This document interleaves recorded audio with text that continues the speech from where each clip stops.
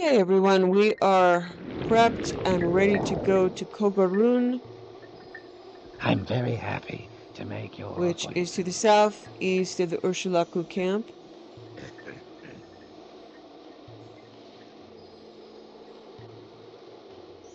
Now, if I recall, these quest objectives are not marked.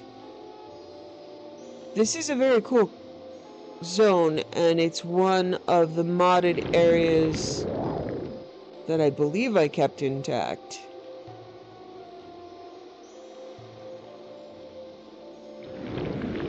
We'll find out.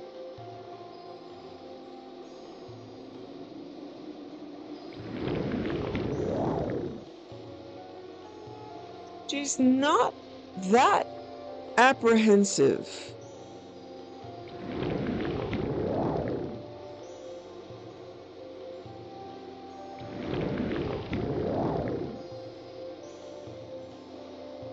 And she's not sure if that's based on her skill or ability or being worn down by revelation, ugly revelation after ugly revelation. When you look around here, it is difficult to feel joy or hope.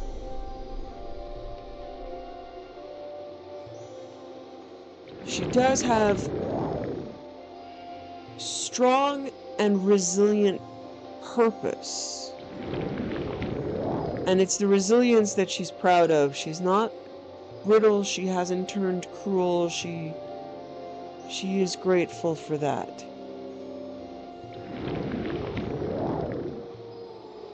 And even the mushrooms around here look special and lighted.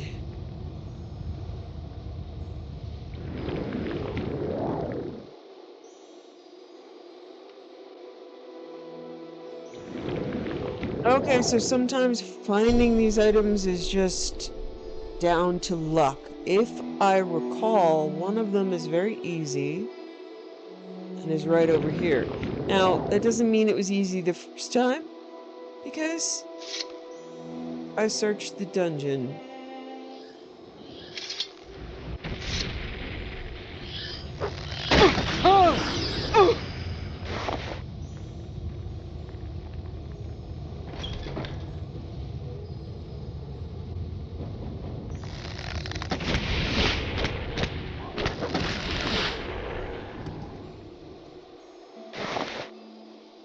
Now, it definitely still looks modded, so yeah, they're not marked. Sixth house mug. That is one of the items. So I'm supposed to bring cup with the mark. Oh no, cup with the mark of House Dagoth, not sixth house. So yes, imagine searching every cup in a dungeon.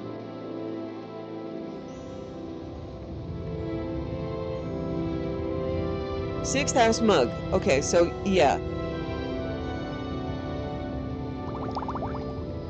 It is. This is tough. Okay, so we have the mug.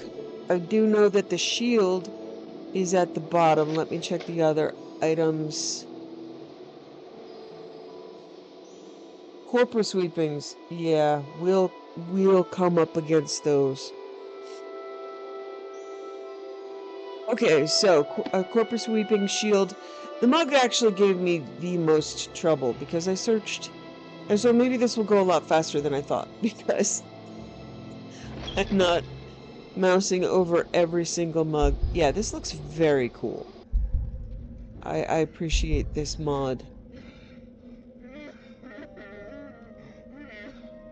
So there are. This place is huge. Huge. So we'll just get to it. I don't recall exactly how to get to the final thing, so we'll just keep going keep going.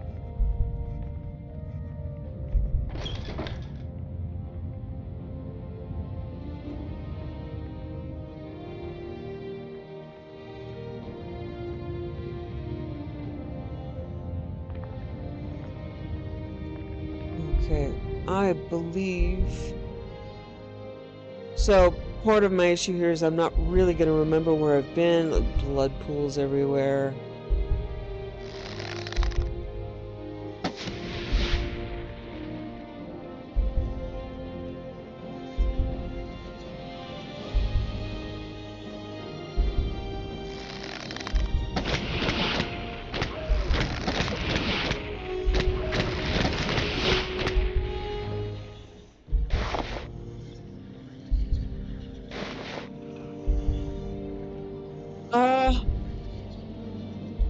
This is, in her opinion, a cursed tomb. So although there is a lot of loot, she is incredibly... Her thoughts lately are turning toward downsizing in some ways, although she can't bring herself to do it just yet. She's trying to think of whether or not she should do without her beloved... Yeah, there are mushrooms down here, but, yeah, she's not doing that.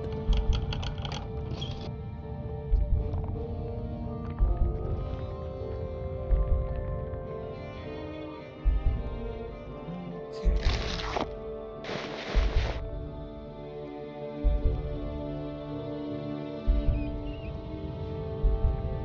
Wow. Look at all that drain. Oh, why does... Someone's making a commentary on Hulk. Fury. Drain skill, block, heavy armor, medium armor, light armor, and unarmored, and fortify strength 2 points. Okay. So she's trying to consider whether or not she should genuinely give up this Daedric bow. Because it's Daedric. And she is concerned about corruption, if anything.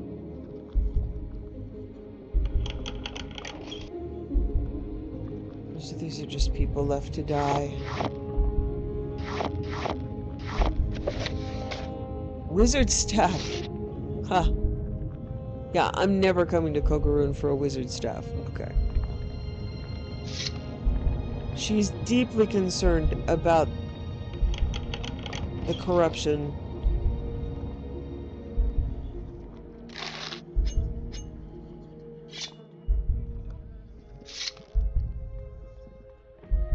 She sees it all as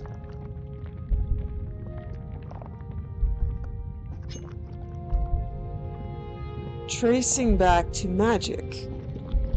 So it is her internal use of magic that scares her more than...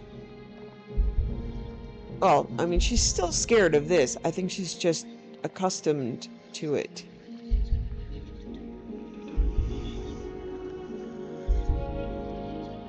But she can't bring herself to do it. So, at least one of the good things about my map is once I've been somewhere, the marker turns white. That's about the best I'm going to be able to do in terms of tracking. But this is a very cool modded area.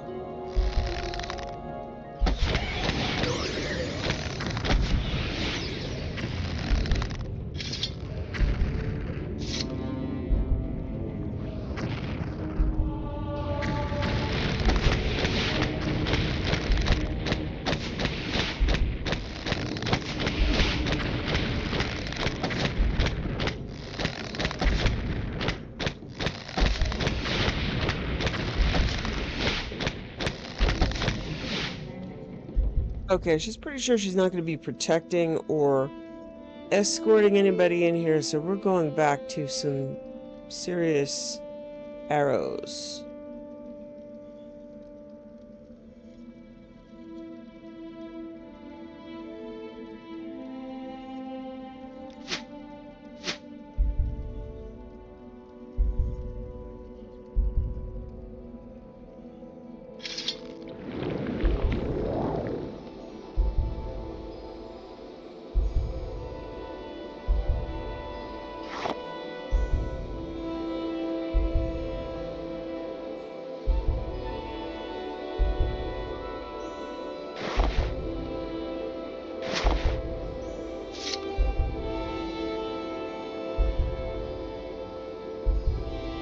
Oh, the mushrooms are growing on corpses.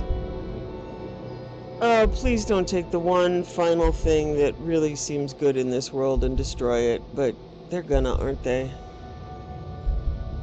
I'm gonna try not to actually take any herbs from here. She thought there was a corpse in here somewhere, but okay. Very cool modded area.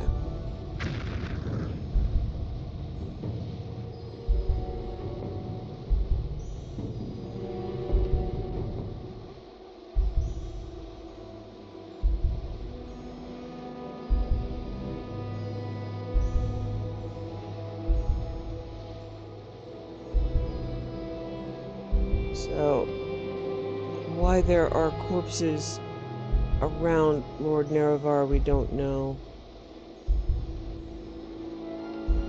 Anomidium plants.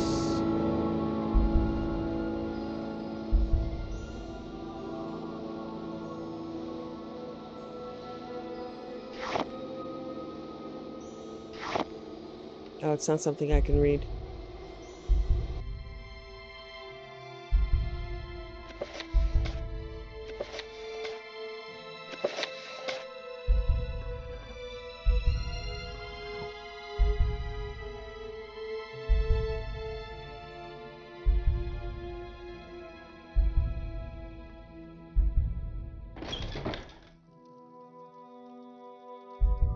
Still very cool looking.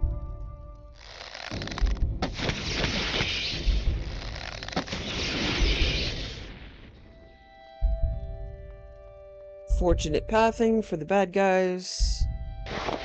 Ogrim Titan.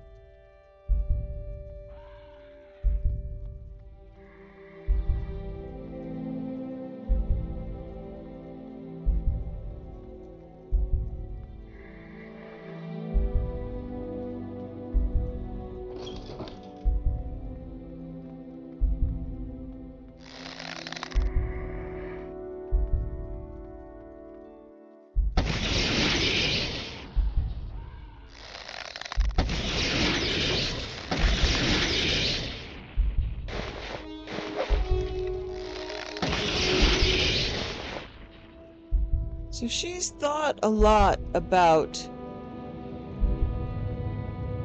less magic.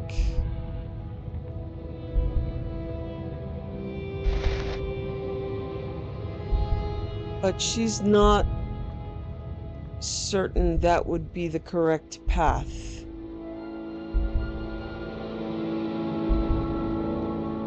That it would only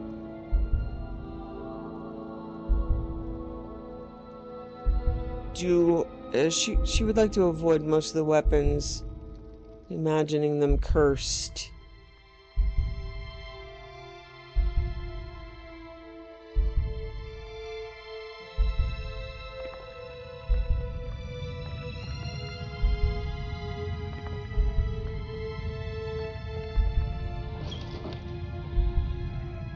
In some ways,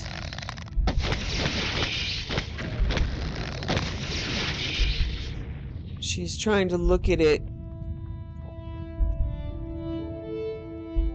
Orokogaroon key. That was a dig off.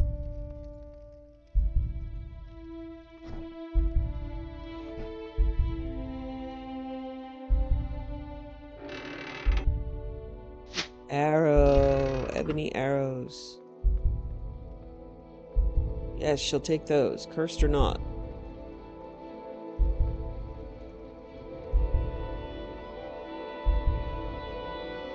Lots of glass, but she's going to leave them on the bodies. She's over 750,000, and she does not want to succumb to greed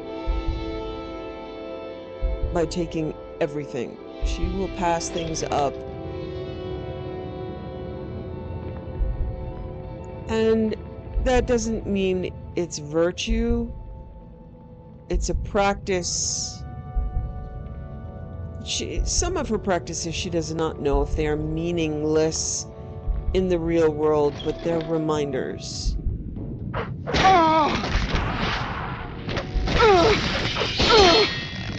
Okay, Okay, time for some friends.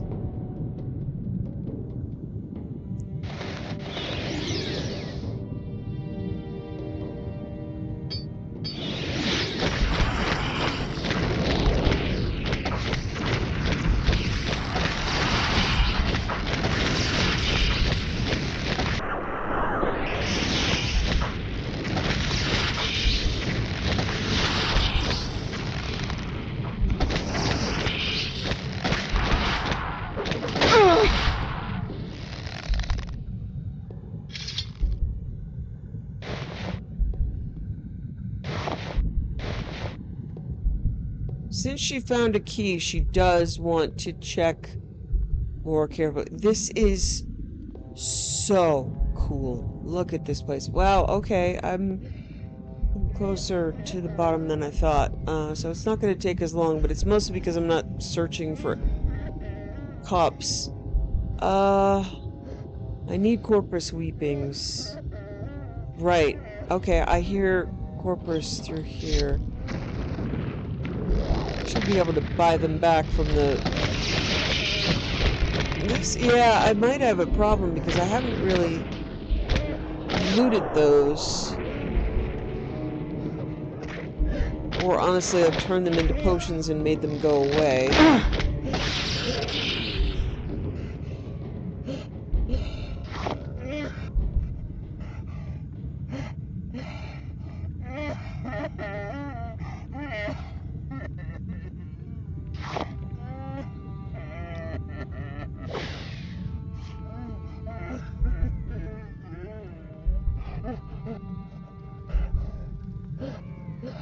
She's gonna check the corpses more closely.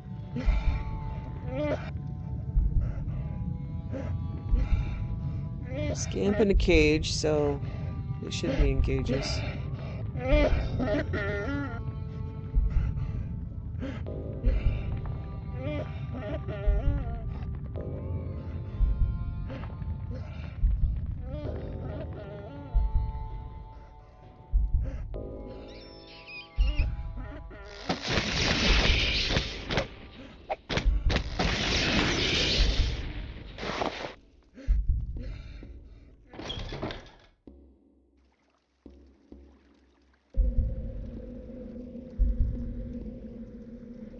Okay, so might be the corpus weepings, unless there are a lot of corpus down here. Isn't this cool? So at least we know that corpus weepings can be found out in the world.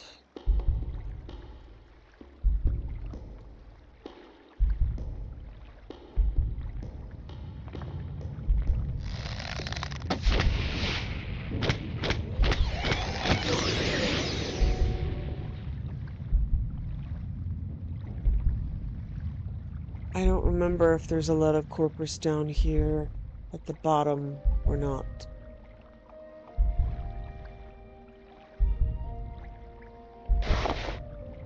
I love this area. It is so cool.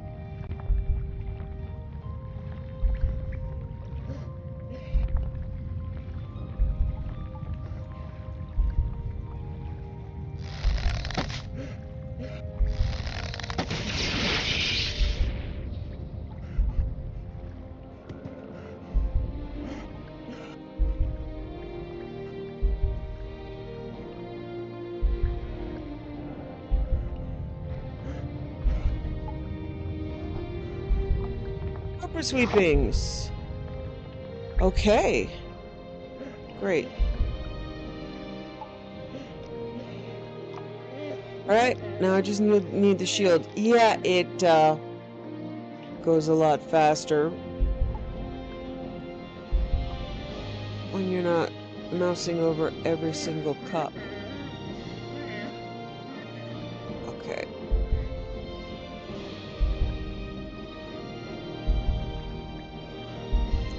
According to the map, it looks pretty vile, but let's see. Alright. I might have to go underwater, which sounds awful and scary down here. I mean, me as a player, I think this is amazing. Character is... yeah, water. Nasty, nasty water. Yes, suspicious water. Character is oddly not afraid.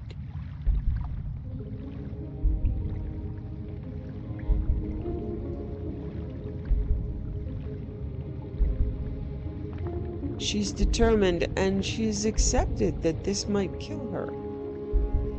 And that doesn't bother her so much. It's probably not good. But in this case, it means she wasn't too afraid to come down here. So that's good. Someone has to. Someone has to.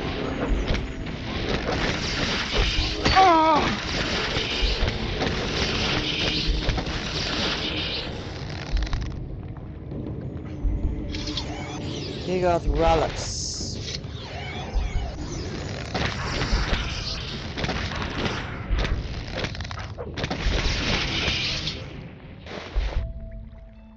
So whether or not she was chosen, what she does have is corpus immunity. That ain't nothing.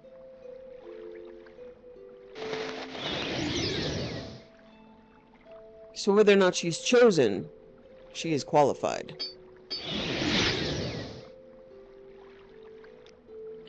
And I suppose that's what it comes down to. No one is going to choose her. No one would have chosen her. She was a nothing and a nobody that was essentially kicked and despised.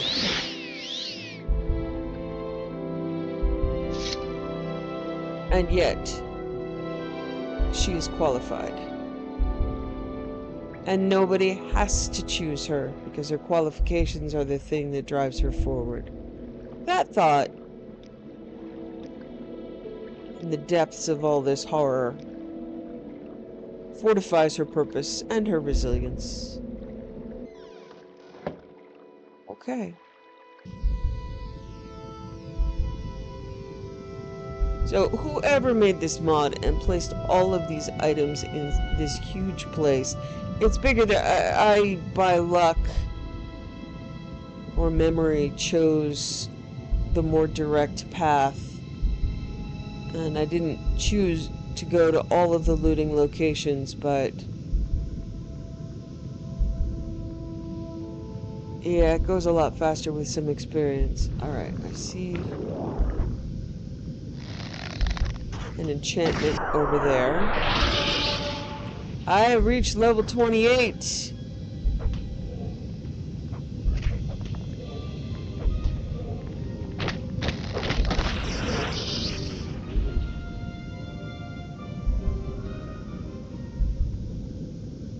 So she's gonna head toward items that she can see are enchanted, because we're searching for the shield.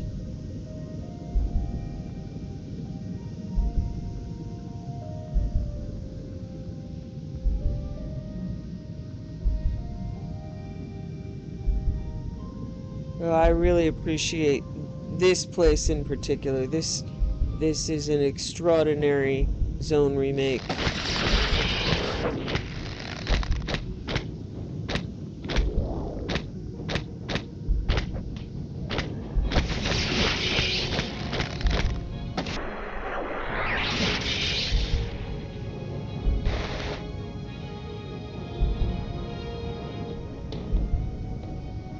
I'm in battle, aren't I? The Dremora is fighting something somewhere. Alright.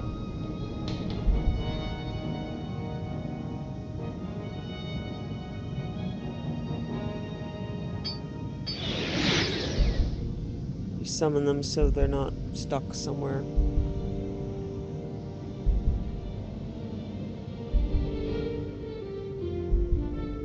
This is not the right. Severed head.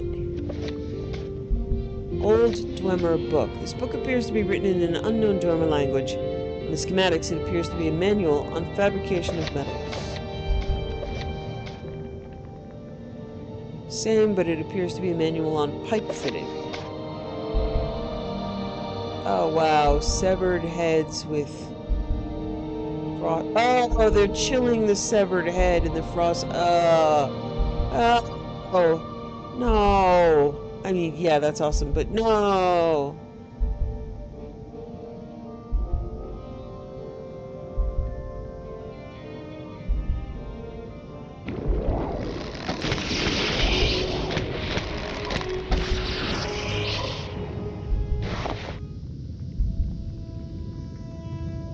So, what gives her pause when she considers being without her bow?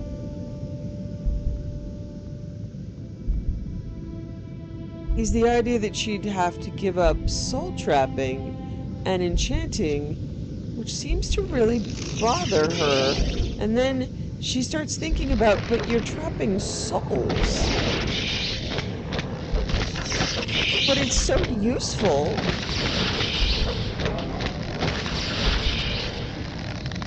Okay, that was painful.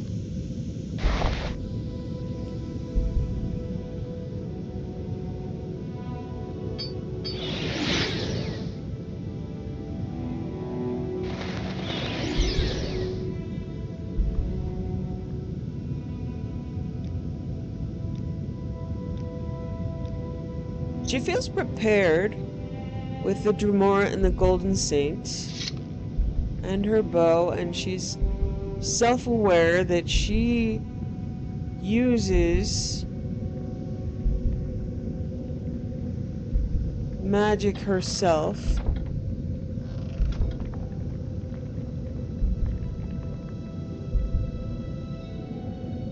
And is unwilling to give it up.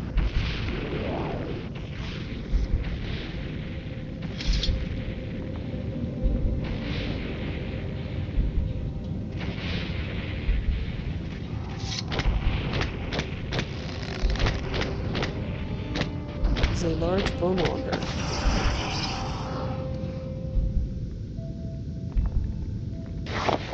Greater bone walker.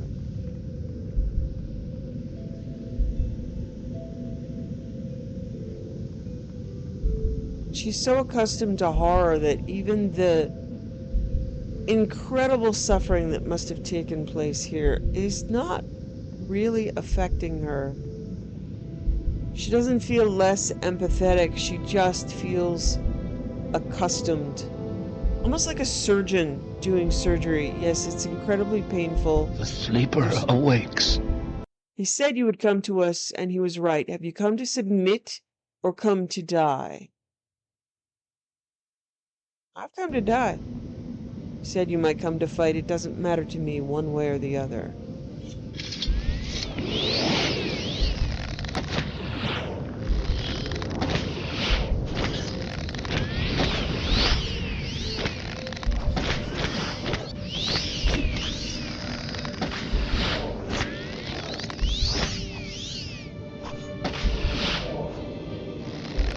So that is level... That looks like a 7. Level 70.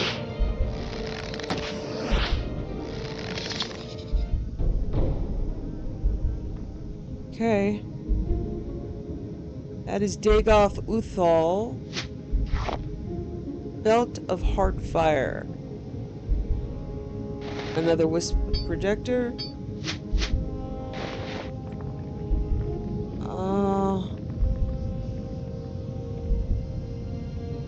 And yet I have not found the shield.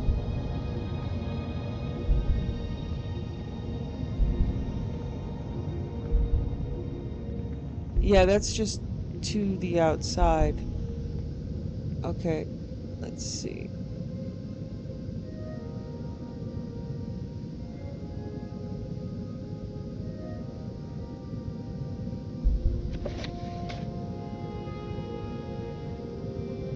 The Shadow Shield, which lies in the tomb of Dagoth Morin. Okay, so I'm in the lava tunnels. I need to find the tomb of Dagoth Morin. Alright, looks like I have not been to Bleeding Heart or Riharadun.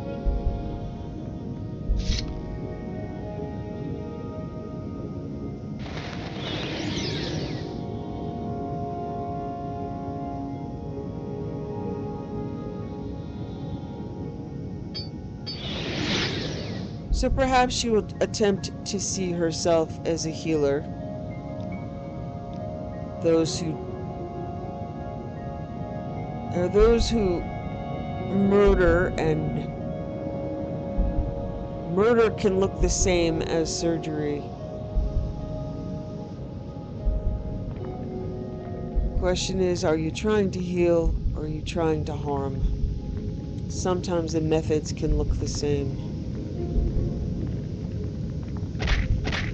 Out of the oh wow. No, no, no, no, baby. No, no, no, no. Come on, cast the spell. Do the what is going on? Okay. It's not switching to cast. Alright. Stupid lava. Okay. She made quite a few health potions and fortify health. This one will drain her personality. She doesn't particularly care.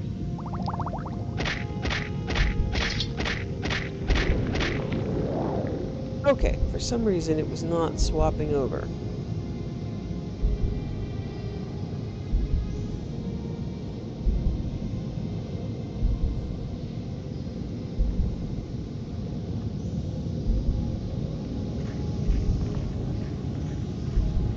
Well, where is the... Okay, yeah, all my followers are gonna die in the lava now. I'm sorry, guys.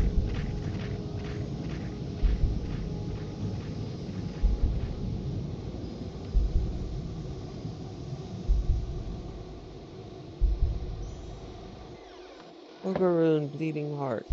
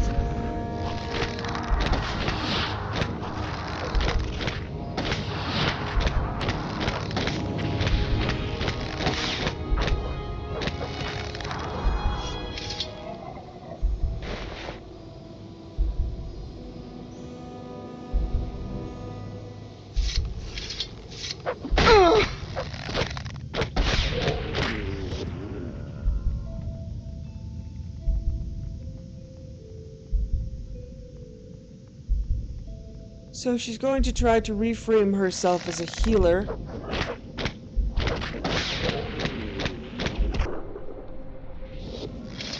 With sharp tools.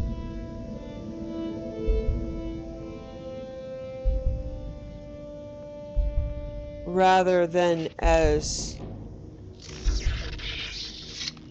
a potential source of corruption.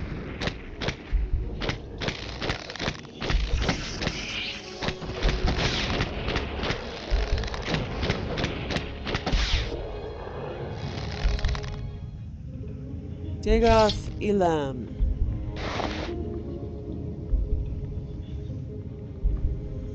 So her bow is her scalpel. Now there's probably crude healers and surgeons, although many things are done by magic. There we go, Shadow Shield. Okay, that didn't take as long as I expected it to. Based on what happened the first time I did it, when I had to look for every mug.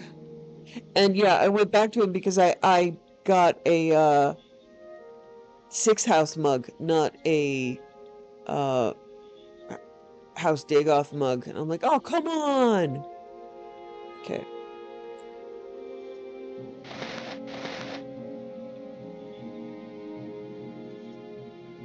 So she is going to attempt to not be concerned about her tools.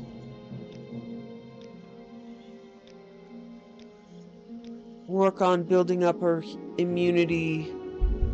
Be aware that she can't stop and cry at every dead body because she has a job to do. That doesn't mean she doesn't value life. It means there's nothing she can do about it except complete the next task. She feels good about that. That feels like the right path, and her feet are not as hesitant. She does not need to lose her tools or change who she is. She can reframe.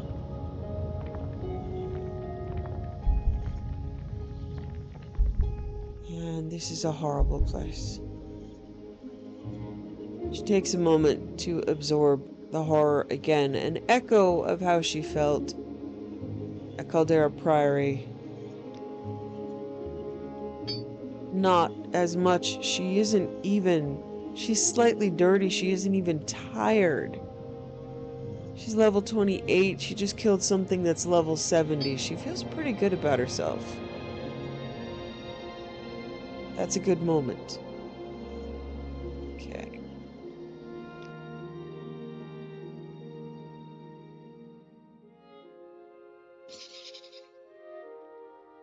Welcome, friend.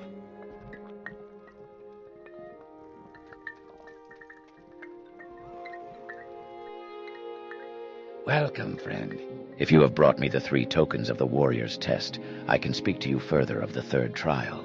When you bring me the 3 tokens from the ruins of Kogorun, I shall tell you the secret of the 3rd trial. Kogorun was an ancient Dunmer stronghold. Here, let me mark it on your map. Go by day, in good weather, or you may miss your way. Follow the coast east from Urshilaku camp to the ruined Dunmer stronghold called Valenvarion. When you bring me the 3 tokens from the ruins of Kogorun, I shall tell you the secret of the 3rd trial.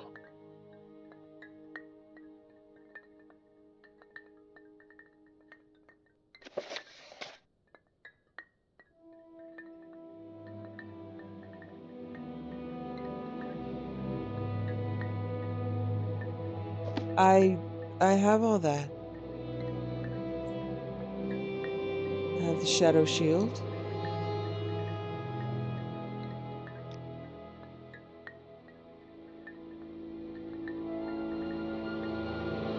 You know, I wonder if it's because it has suspicious water in it.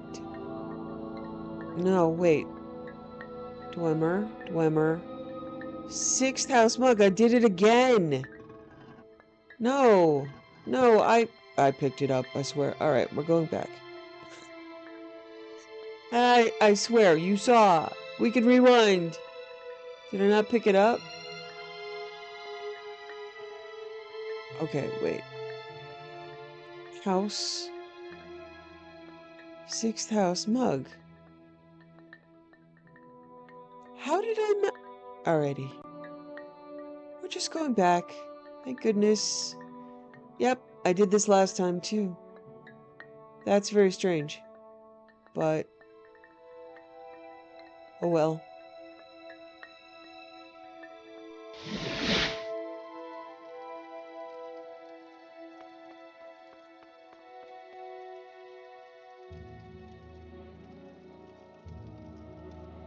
It was here, I swear. I picked it up.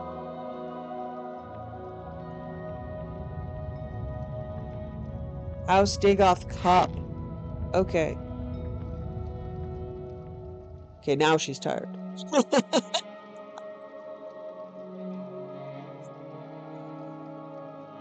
Yes, the cup thing is ridiculous, but there you go. Yes, here's your cup, sir. That was really important.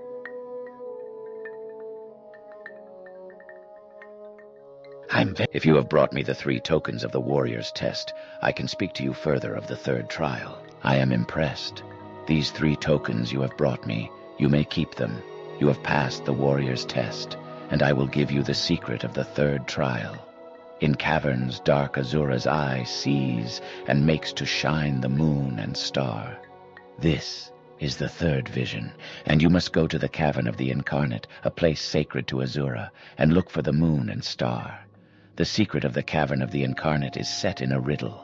The eye of the needle lies in the teeth of the wind. The mouth of the cave lies in the skin of the pearl. The dream is the door, and the star is the key. This riddle is wisdom's test. Take counsel of the wisdom of the tribes, and you shall find the way. Seek the Cavern of the Incarnate, gain the moon and star, and bring it to Nibani Maisa. Take with you my blessing and the blessing of our tribe, Malipu Ataman's belt.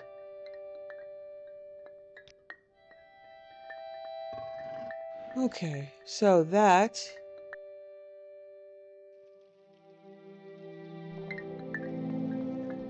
So think about it. 7 trials. That is simply the third.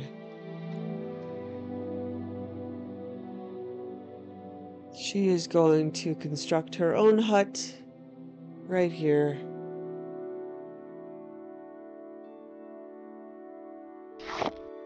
It is late. She wants to get the horror off of her, although it's not seeming to stick the same way that it did in the past. And she's reassured that she's not losing herself. She's just getting better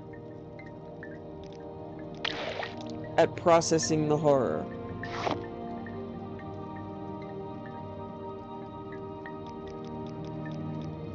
In real time.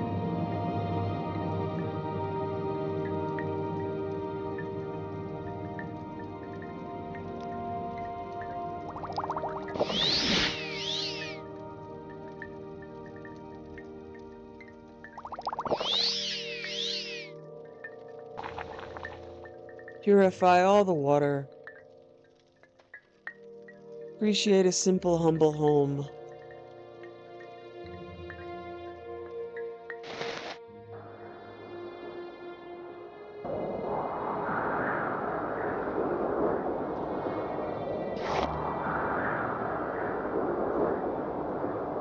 Horrible storm, but she will not be staying here.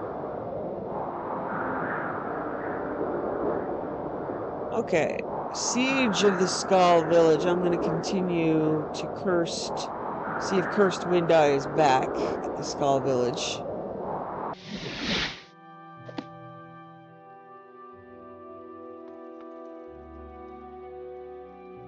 You know what? He's not. He's still not here.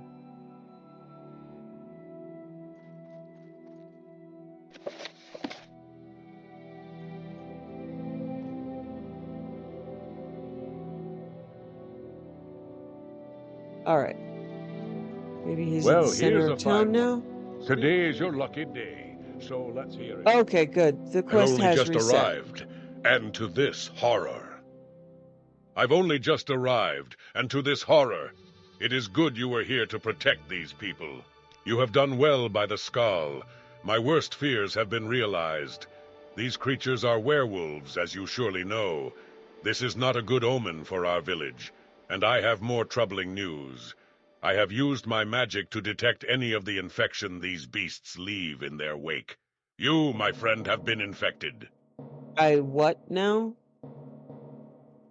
What? In 3 days' time, the victim will become a werewolf himself.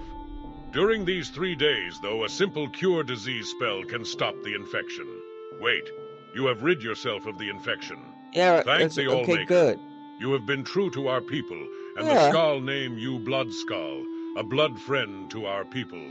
You will be given a home here, Rigmore Halfhand's former residence, in which you may rest. Also, it has been decided that you will take part in the Ristag, an important skull ceremony. How dreadful, friend. You have taken a few knocks. Maybe you should get healed. Okay. It's a Well- hard life, but it's fair. Seen any it's elves? not fair. Oh, God. I just hate you. Werewolves. I don't have enough to worry about. Alright, I'm gonna see...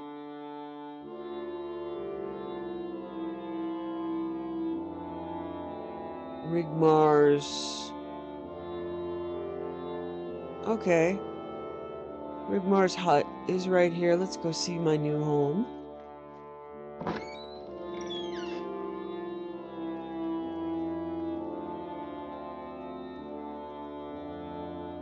It's nice enough. She can come visit in the summers. It was nice to leave a blight storm and show up here. You've got the better of me, so go ahead. Seen any elves? Wow, you guys are the worst.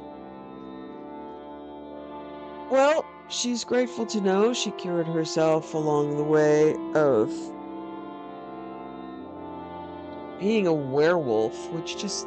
No, I mean, the fleas and the stink and just having your IQ cut. No, she's not doing that.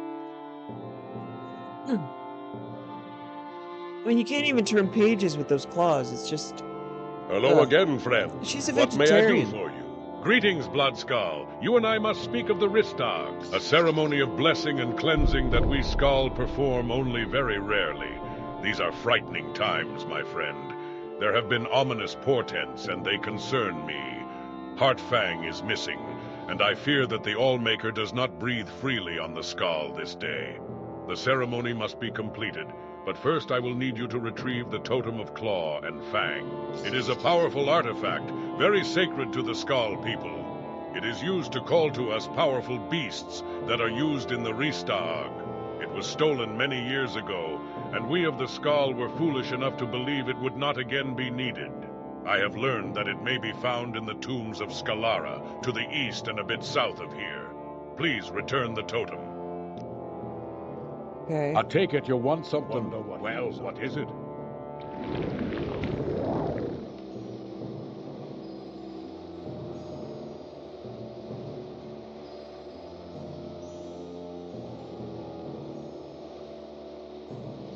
Alright. I take it that. you want something. Well, what is it? That's beautiful.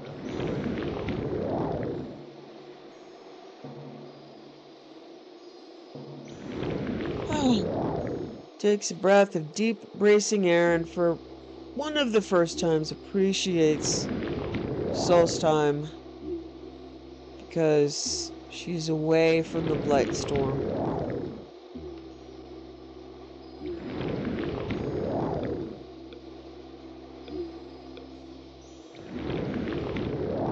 Now she has several vacation homes.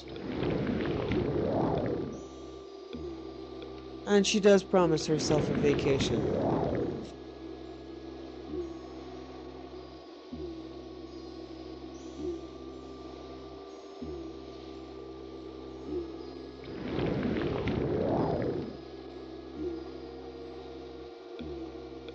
Someday.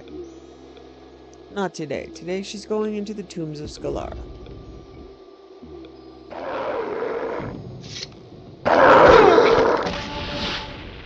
Well, that was helpful.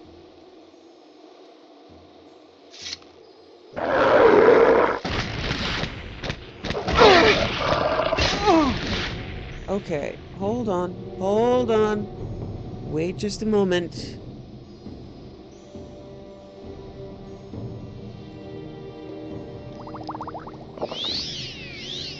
Maybe she should have taken that vacation.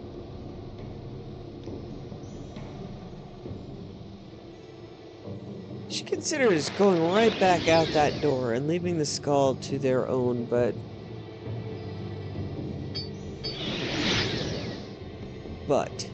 she's not going to. That was an insane bleed. Okay.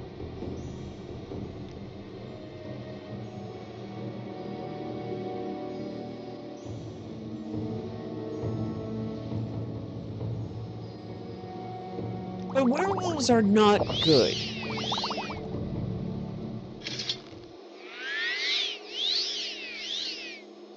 Werewolves are the new blight. And as much as she has been truly brought to despise the Skull,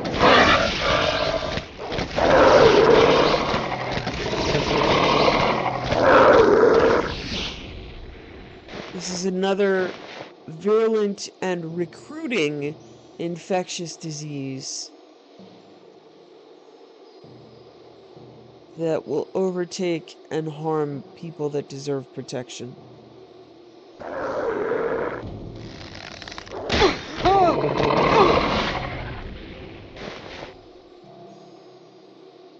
There are good people.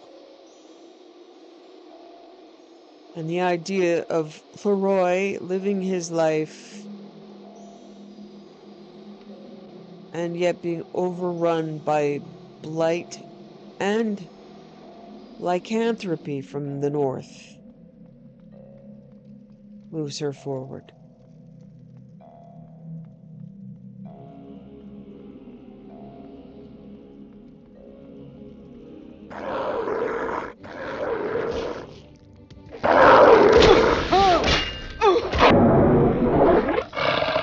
Wow.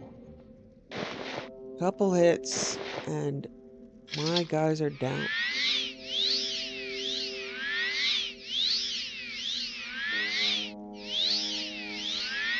There's something moving up there, so she's gonna hide.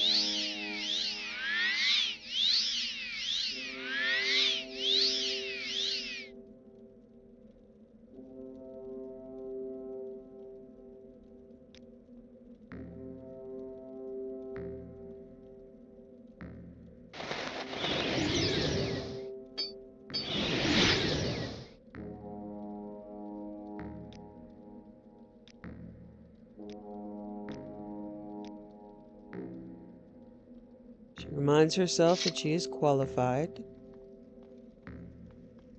Thinks it's funny that she simply didn't even notice.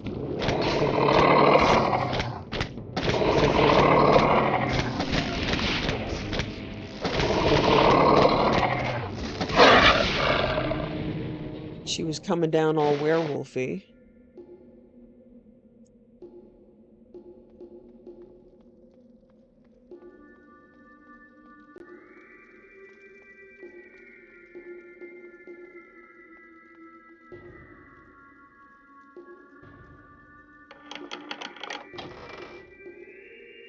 Totem of Claw and Fang.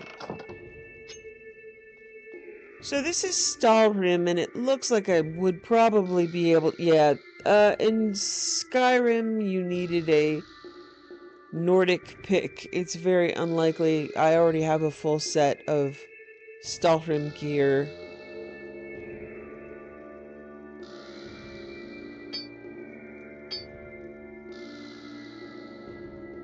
So I'm not really going to be messing with that. She feels very well geared and, at this point, extremely wealthy. Okay. There.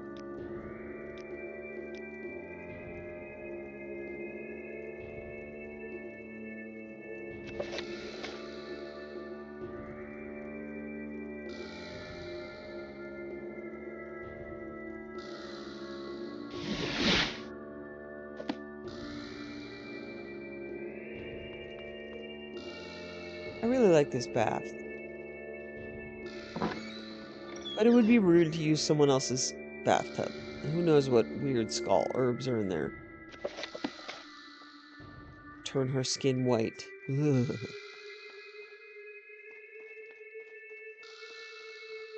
Hello again. You were to retrieve the Totem of Claw and Fang. A dangerous mission indeed. Yeah, no Have you kidding. been successful? You have found the totem. This is good news. Please take this as a token of my thanks. I hope that your efforts have not left you too drained, as there is still much to be done. For your efforts, I will share with you some knowledge. The Skal have the ability to summon wolves to fight by our sides. You too now possess this ability. The Restag must now be performed. Ooh. You have been of great service to the Skal, and it seems right that you take part in the ceremony. Meet at nightfall with Rolf Longtooth, one of our Skal hunters. You will find him by the western shores of Lake Fjallding. He will tell you more about the Ristag and the part you will play in it.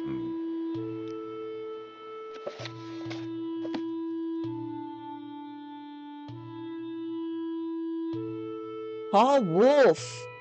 And it's a spell, not a power. Ah, I could put that on a ring instead of a Dremora. Wouldn't that be cool?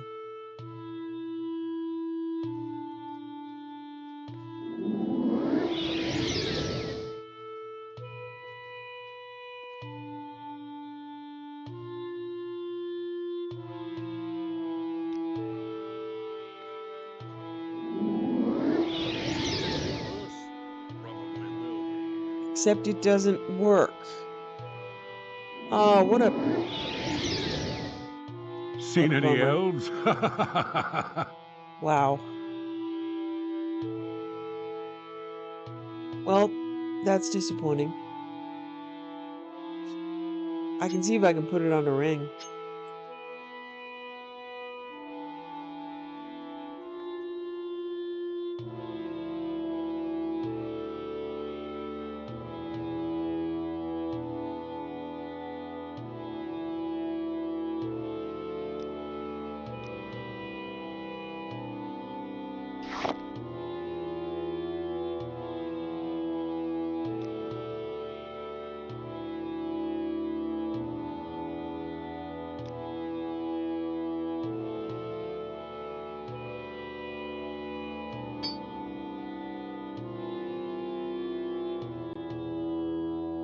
Bee.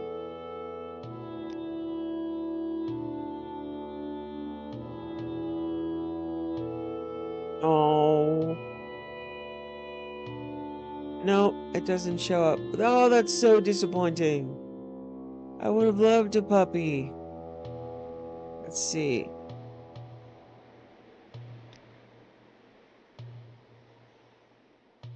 Nope. Ah. No wolf for me. It's a bummer. Okay. The Ristag. Because of my service to the Skull, Windeye believes it would be good for me to take part in the Ristag to meet with Rolf Longtooth near the lake.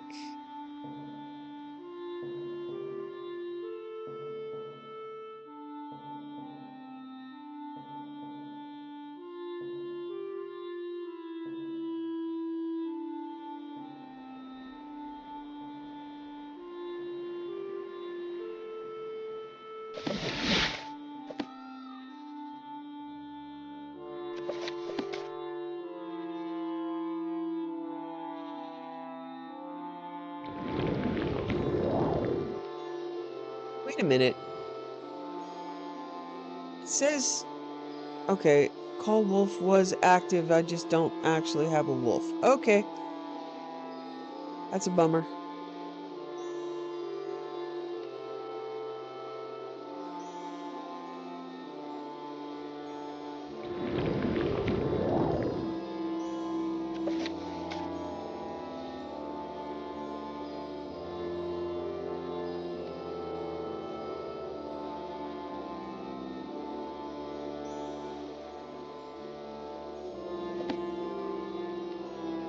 Look at the snow.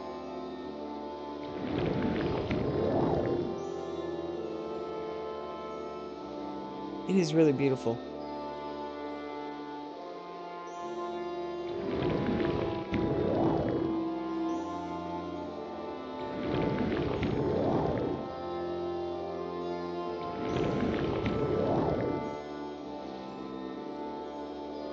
She thinks it would be lovely to have a book next to a fire, wrapped up in furs.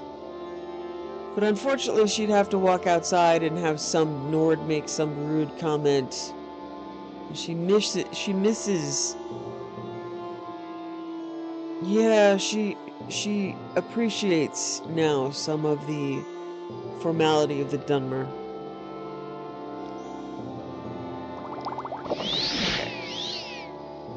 I am sorry, but this music is just bad. Stop. Lower it, not make it go away, but the music here is just... It's the same measure over and over and over. Don't like it. We must complete the Ristag. The Allmaker demands this. You are the one who will be performing the Ristag with us. Excellent. Rolf Longtooth will explain the part you will play. Come back at nightfall, my friend. We will perform the Ristag only when the moons watch over us. Okay. Again, she'll just put down her tent and wait.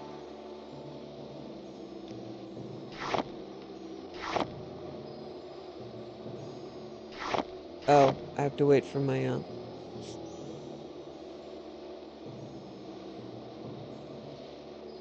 I have to wait for my levitate to wear off. Suppose I could cast a spell on myself, but I think I'll just wait. There's no rush.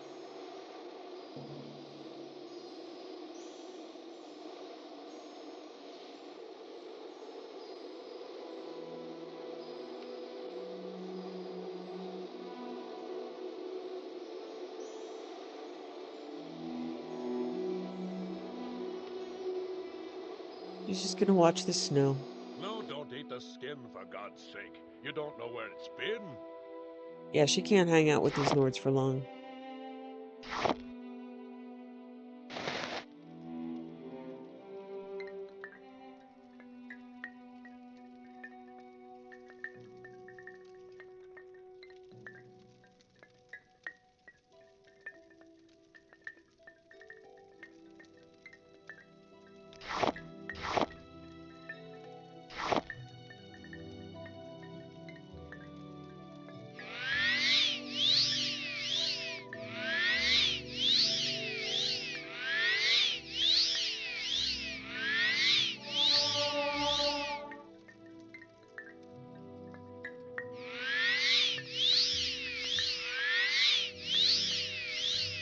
Okay, there's something unusual in my spell effects that looks like the call wolf that keeps refreshing itself. I wonder if it only shows up during a fight. I don't know. No, it's gone. Okay.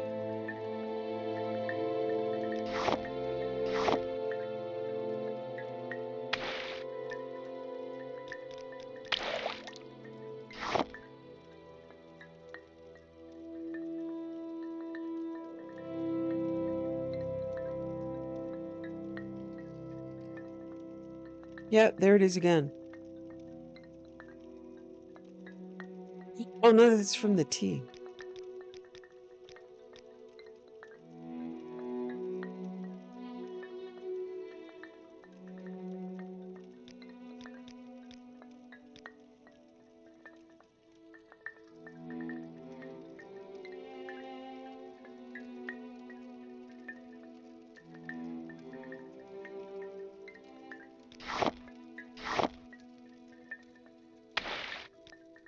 There's something about the wind chimes here that she realizes she does not want to do without.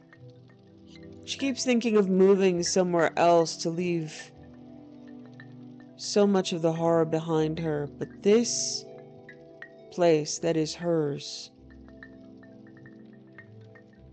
is sacred. It is flawed. It is problematic. But those chimes, she needs those. She thinks about the breathing of the undead in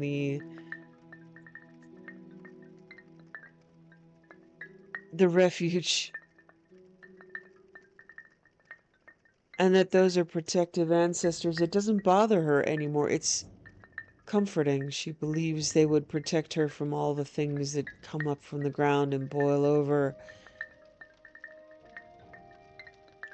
And she realizes she can't leave Morrowind. She can't live with the Imperials, or as much as her people have done her harm, they have created so much beauty.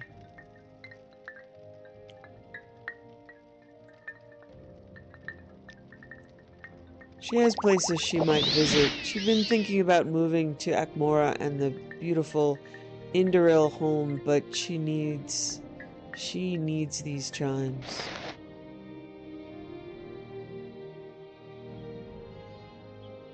Far from home, she has gotten some clarity about home. Greetings, Bloodskull. Cursed Wind-Eye has told me much about you. Greetings. Cursed Wind-Eye has told me much about you. You are to perform the Ristag with us, pleasing the Allmaker. In the Ristag, we hunt the spirit bear that is conjured by the totem of Claw and Fang. When it is slain, we will return its heart back to Wind-Eye, who will ask for the blessings of the Allmaker. If the Ristag fails, or does not succeed by daybreak, the Allmaker will be displeased. You will help ensure our success, friend. You will act as my second.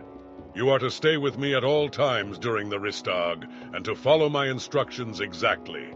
You have proven your value to the Skull, but now you must allow me to guide you through this night.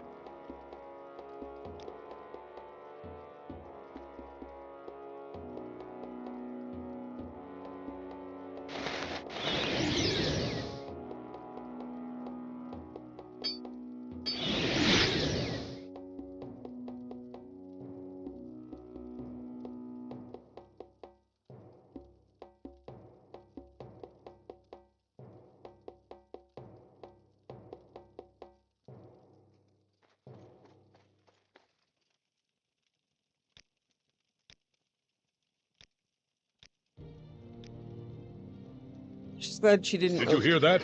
It came from near Satyr the Bold's path. Go to him and make sure he is well. Then return to me so we may complete the hunt.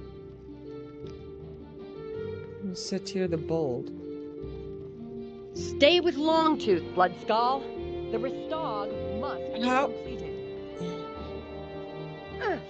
You call this fighting?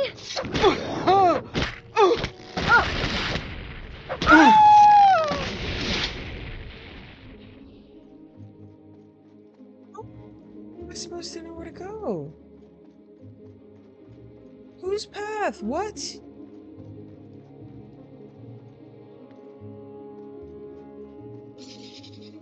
Yeah, Satyr the Bold, yeah. Okay.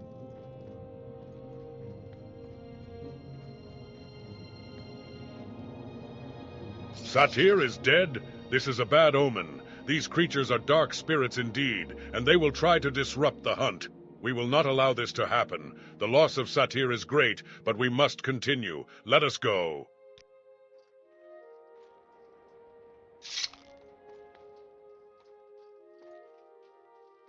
What was that?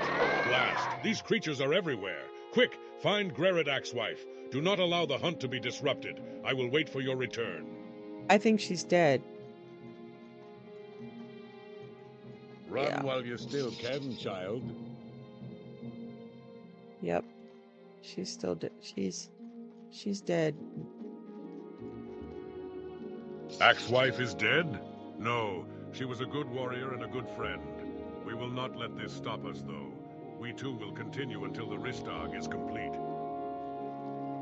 Allmaker is an asshole.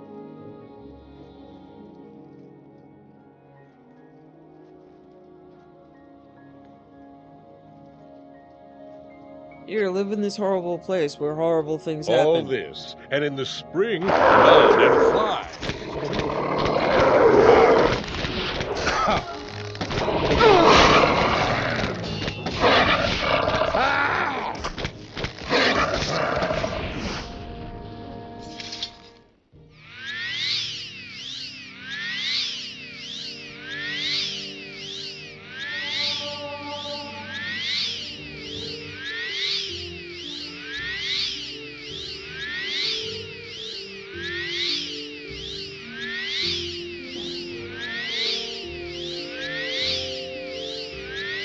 Need a better healing spell.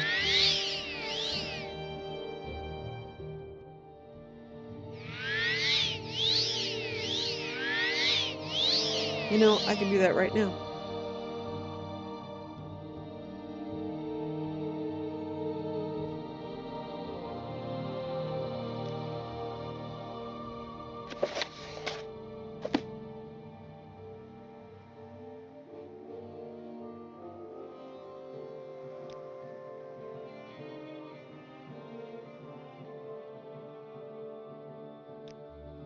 Okay. In fact, add some fortify health.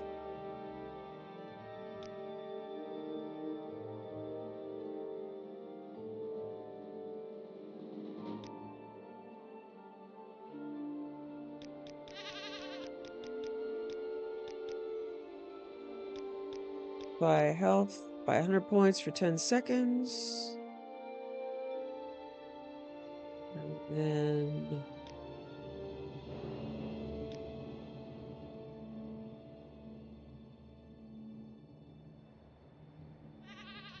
store health. Self.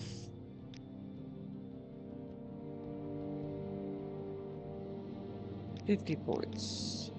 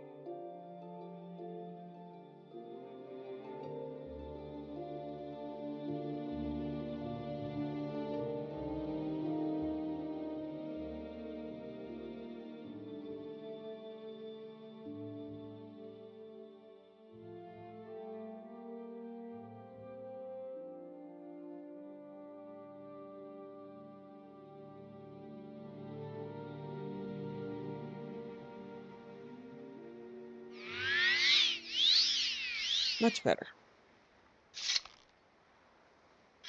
Okay.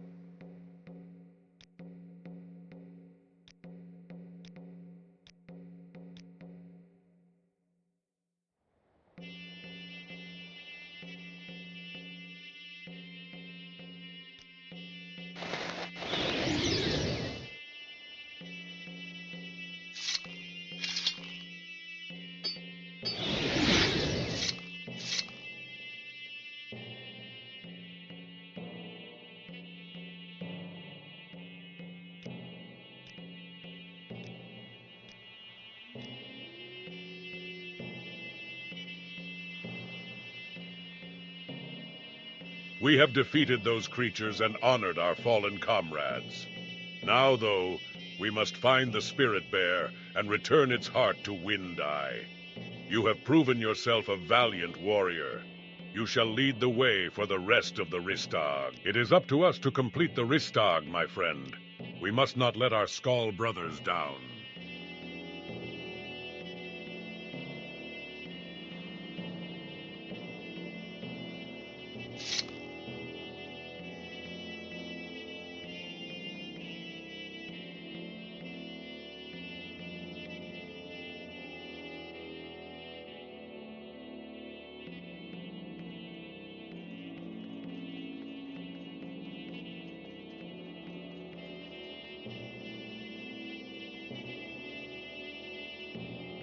Oh,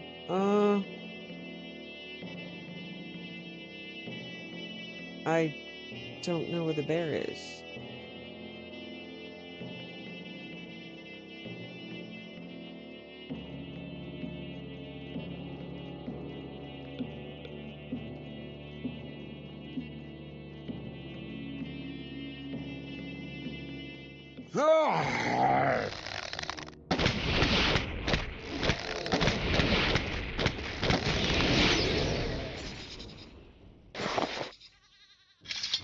I am sorry, Floofy Bear. I save one bear, I kill one bear, it's the circle of bears. You have the heart. This is good. Return now to the village and give the heart to Wind Eye. You have done well tonight. Rolf Longtooth calls you friend. I will remain here in these woods for a time. The Allmaker has chosen you to finish this journey alone. Good luck to you. I don't think you should stay out here, man. I don't think it's a good idea. But, you know, nobody listens to me.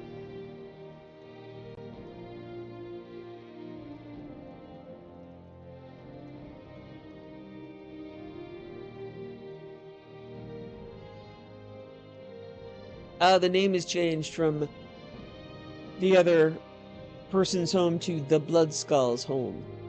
I'm now a Blood Skull.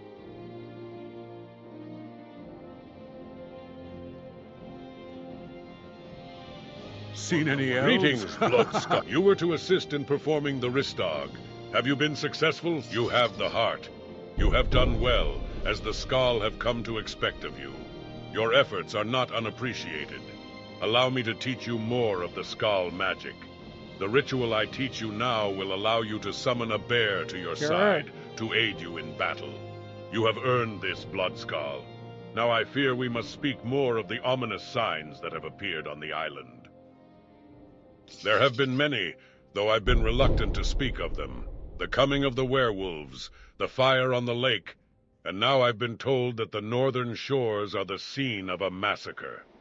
Many Horkers are dead. The shores are littered with corpses, and the death of the Horkers has not been explained. All these things are suggested in the Blood Moon prophecy. I have no desire to speak loudly of this ancient legend. Who knows what the ancestors learned about the coming of the Blood Moon? For now, let us watch and wait, and let the Allmaker protect us.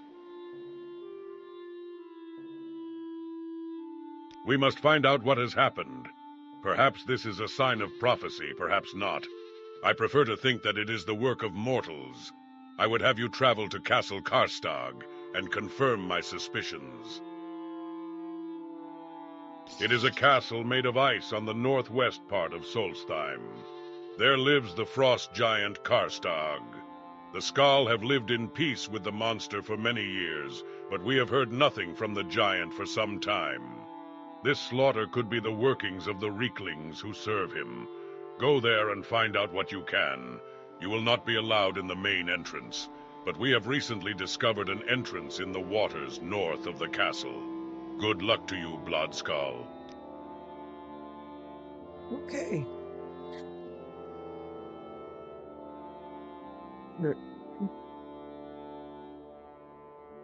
It's possible that the storm is now over. So she's going to go back Path of the Incarnate and speak to Navalny Misa.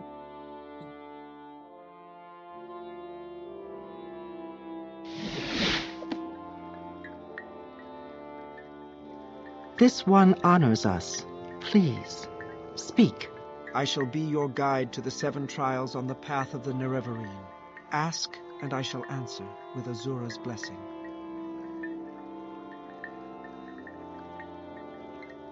This is a common phrase among wise women, meaning that dreams are the door to the visions of prophecy. Ah, the star is Azura. Azura's star appears in the sky only in the magical hour between day and night, at dawn and twilight. Sul-Matul has sent you to seek the 3rd trial. He has told you of the shrine to Azura called the Cavern of the Incarnate. I cannot tell you how to find this place, but he has said you may seek the wisdom of the tribes and the wisdom of the wise woman I may share with you. Perhaps what I know can help you with these lines of the riddle.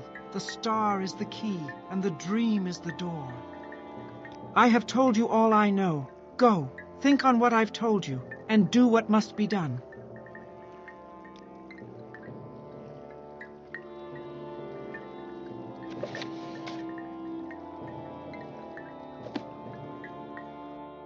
Okay, I think I remember where the cavern is.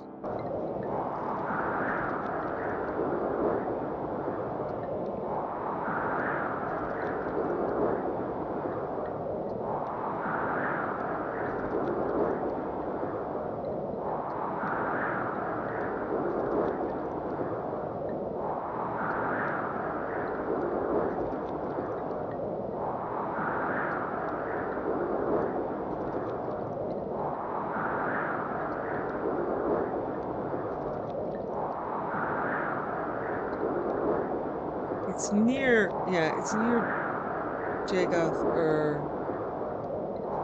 it's inside the ghost fence, I believe.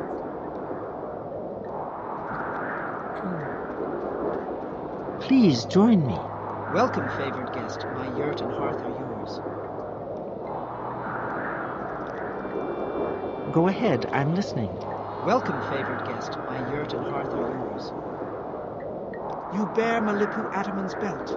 I will share what I know. I know no place of that name, but there is a place called Iran's Teeth in the Valley of the Wind. These two rock spires mark the entrance to the Valley of the Wind, and they bear the name of the seer Iron, one blessed by Azura. There are two valleys, side by side, on the northeast slopes of Red Mountain. The westmost valley is called Dry Camp Valley. The camps have no water, but they are sheltered from the wind. Dun Eye Caverns are also there. The Valley of the Wind is the eastmost valley. It runs long and straight south between Iron's Teeth and climbs towards Red Mountain. The mouths of these valleys are to the east along the coast, past Thuand, a Dwemer ruin, and just past Zergonipol, a Daedric ruin, turn south.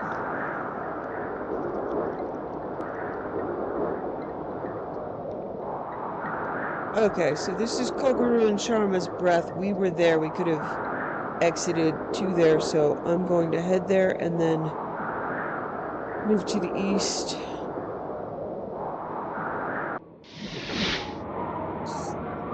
And hope to be there at dawn. That's disturbing. That is a lot of teeth. Devourer. That's new. Okay, so she is inside the ghost fence.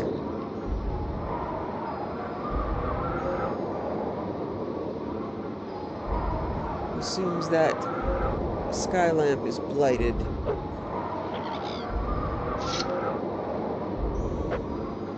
Back to the land of the foolish cliff racers.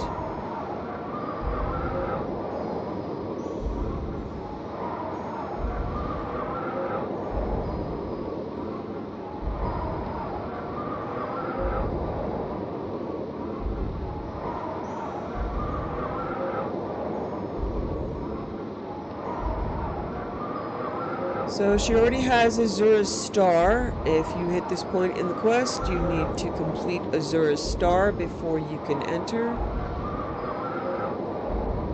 Oh, this does not look like the right place.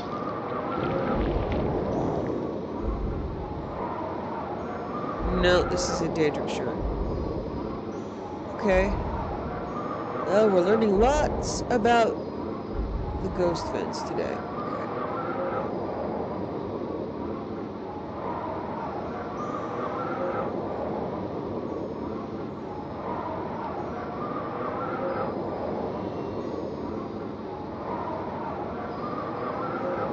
Alright, I'm not gonna look it up. I'm gonna do some genuine exploration here. I'm not really, I don't really,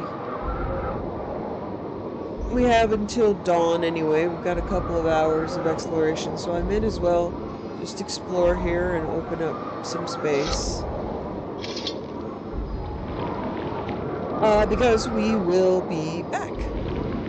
So the more we open up, the more I can port here later.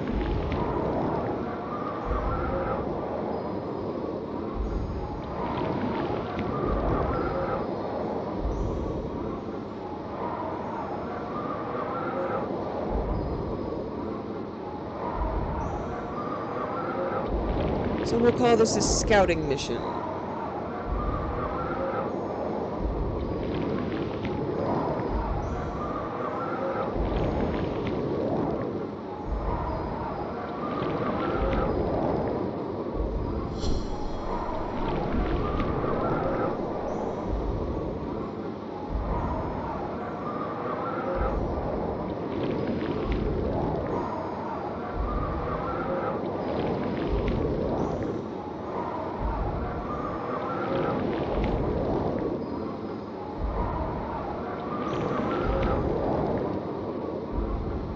think she said it was on the east side, but again, I'm gonna need to come back to some of these places later.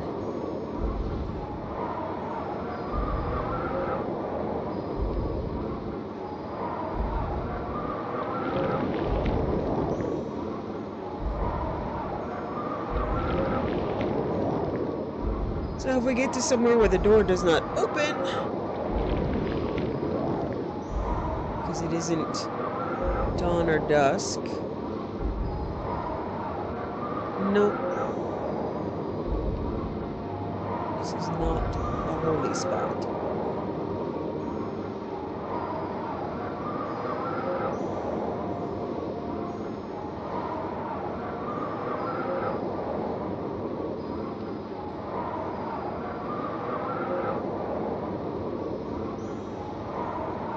There it is. Cavern of the Incarnate.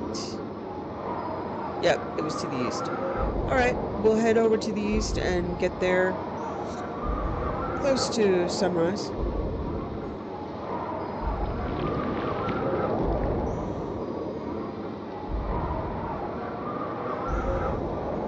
So inside the ghost fence, it is always a blight storm, so the weather won't be getting any better anytime soon.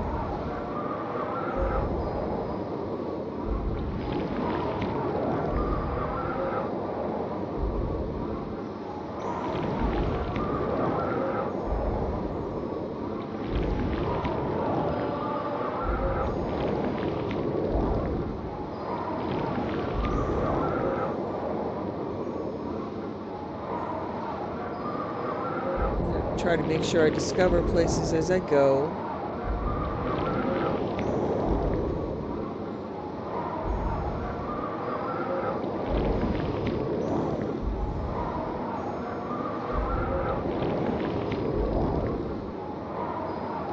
Marveling at the fact that she's comfortable in the storm again, grateful.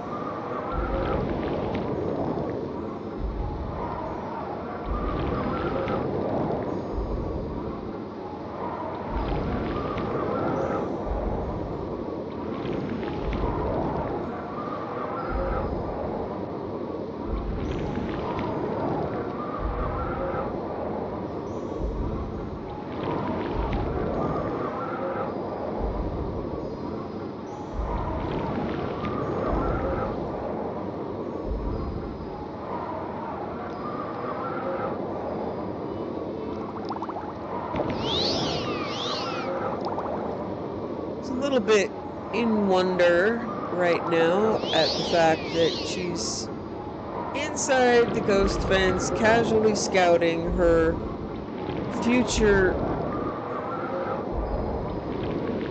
fights while taking a jaunt up to maybe get a mythical ring that, if she puts it on, might kill her. Because again, she is not.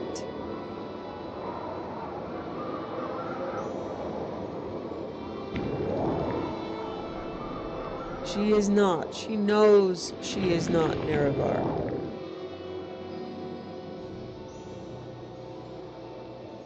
Alright, outside of the ghost fence. Clears up a little bit. Still comfortable. Not as loud. Always appreciate it.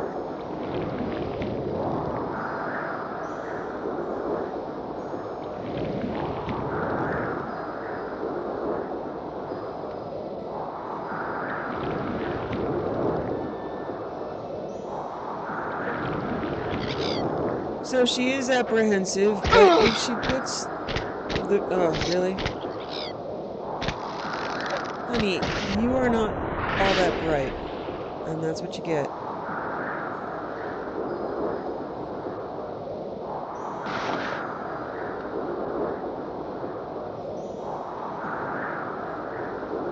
And maybe that's it. Blighted things just aren't that bright. They make foolish choices.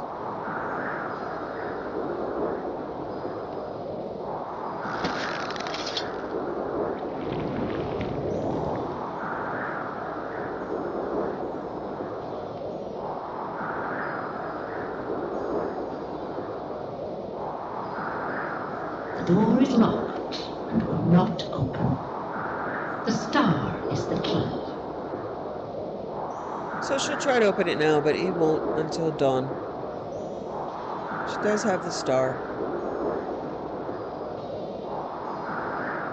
Okay.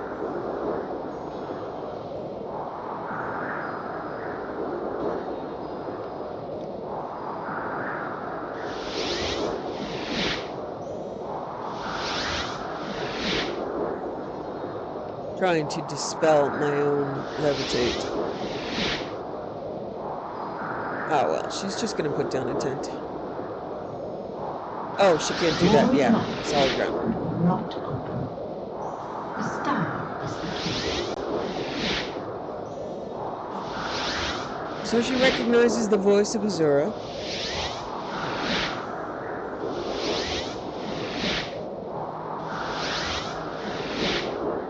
Yeah, I can't dispel my own. Oh, it's dispel 5%. That's silly.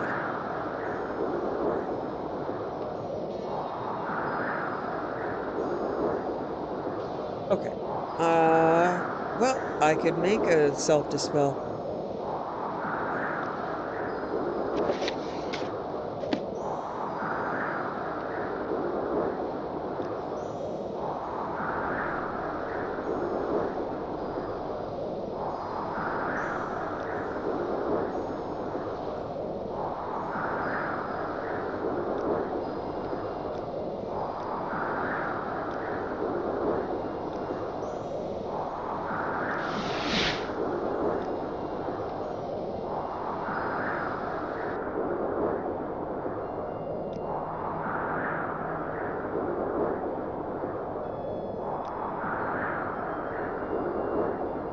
And it's already worn off. Okay. Alright, she's going to put down her tent. Get out of the storm. At least out of the noise of the wind. Listen to the wind chimes. Prepare before she goes in to potentially die. She's certain she's not Nerevar. And that the ring does not belong to her. But she believes that Dagothr and Azura both want there to be something to fulfill the prophecies. And that prophecies, you know, Elder Scrolls aren't really mentioned in this game, but the two prior games were called the Elder Scrolls, so there has to be Elder Scroll lore known in the world. So, prophecies like the story of Jagar Tharn and Rhea Silmain and the Staff of Chaos and the Scrolls, they are out there, and as an educated person, this is historically learnable. So, prophecies twist and turn, and it might kill her, but anything that she had done so far already could have killed her. She has learned more than she thought possible in directions she had not anticipated. She's done exactly what she set out to do. If Azura wants her dead, then Azura could kill her.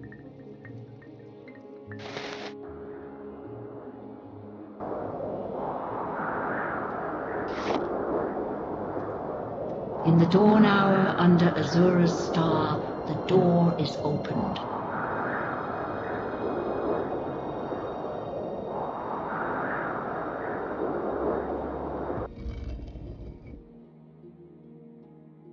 This is modded, and I genuinely find it beautiful. I appreciate this cavern.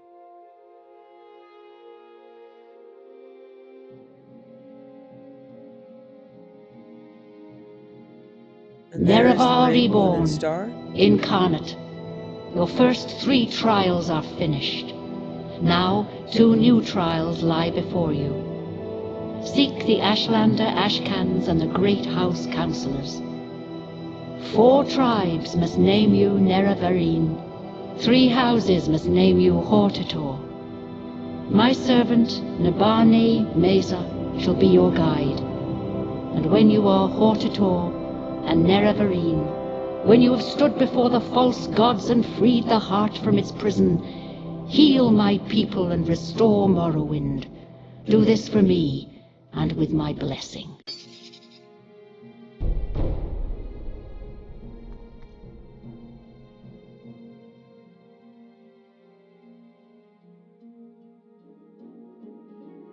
She says no words, because she does not know. She searches her ring and comes across the ring of stink and smiles.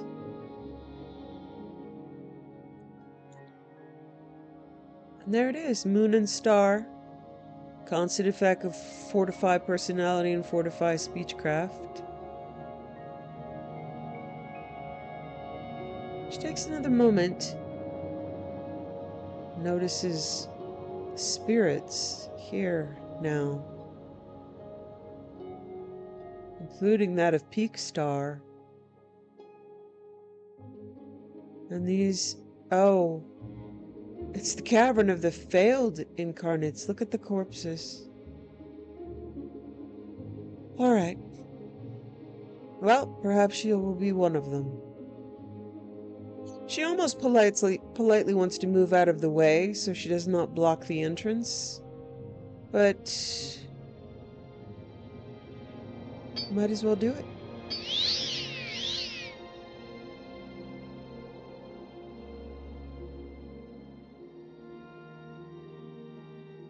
And she isn't dead. She isn't dead, and that comes as a shock as her eyes fall on the lilies.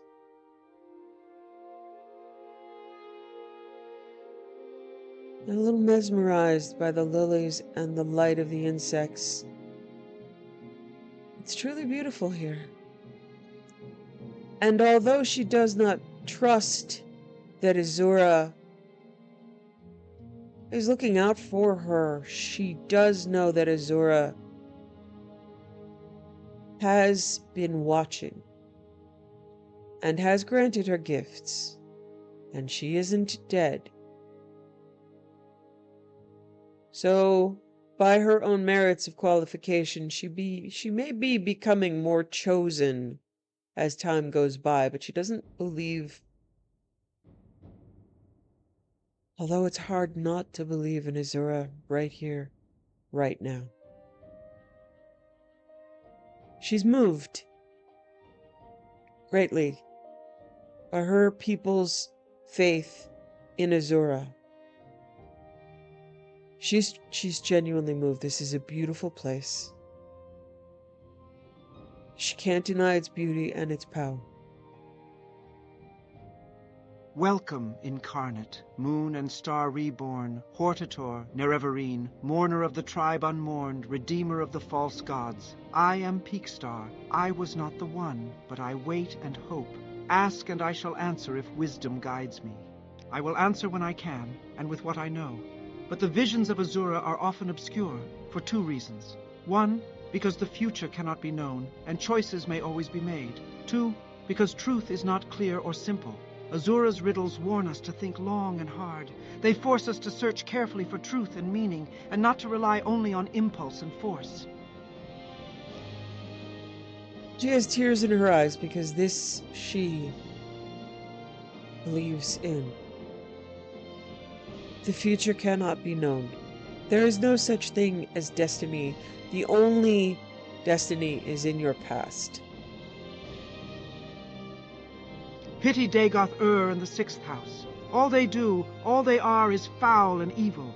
But they began in brightness and honor, and the cause of their fall was their loyal service to you, Lord Nerevar. You told Lord Dagoth to guard the profane tools beneath Red Mountain, and thus he was tempted. He did your bidding when he tried to keep these tools from the tribunal, and so he hates you, who betrayed him, and the tribunal, who mocked his honor, attacked him, and stole the profane tools for their own use. The tribunal and Dagoth-Ur have the unnatural abilities and lifespans of gods, but they gained these things by actions that mock the gods and misuse divine power. They were ambitious and unwise, and the consequences of these ungodly acts threaten all that lives in Morrowind. You must go before the counselors of the great houses and satisfy them, for only the councils of the great houses can name you Hortator. I do not know the settled people of the great houses, and can offer you no counsel.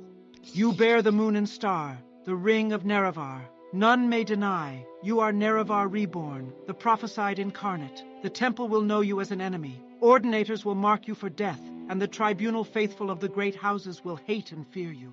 The doubters of the tribes will test your strength and doubt your honor. You will be known. You must prepare and be ready. It's sad to see that the temple will know me as an enemy, but I suppose it's to be expected. Again, she would threaten their power. She hadn't fully thought about that, somehow attributing to the temple that they would want to do good, but seeing the dissident priests, seeing what was done, seeing the city of Vivek, it's brought to her again that this is all about gilded corruption. Do you want to appease your own ego to believe that you are Nerevar reborn? And she'd been looking at it as exactly the same person, but what she is the hope of Nerevar reborn. It is not literal. It does not need to be literal. Anybody else, including Peakstar, including Azura, can believe it is literal, but she is a woman. She is not a conqueror. She's someone who loves mushrooms. She's not a noble. She is an Ashlander, and for the first time she is truly proud to be that person, and she wishes to embody mushrooms and herbs and the wind chimes, all the things and the bright fabric of her childhood. She feels that in a moment of clarity that is not the clarity of these other incarnate, but they do have much in common. This is a Dunmer Ashlander woman, Peakstar, who has failed and is gone, but she's in this beautiful place. She's not.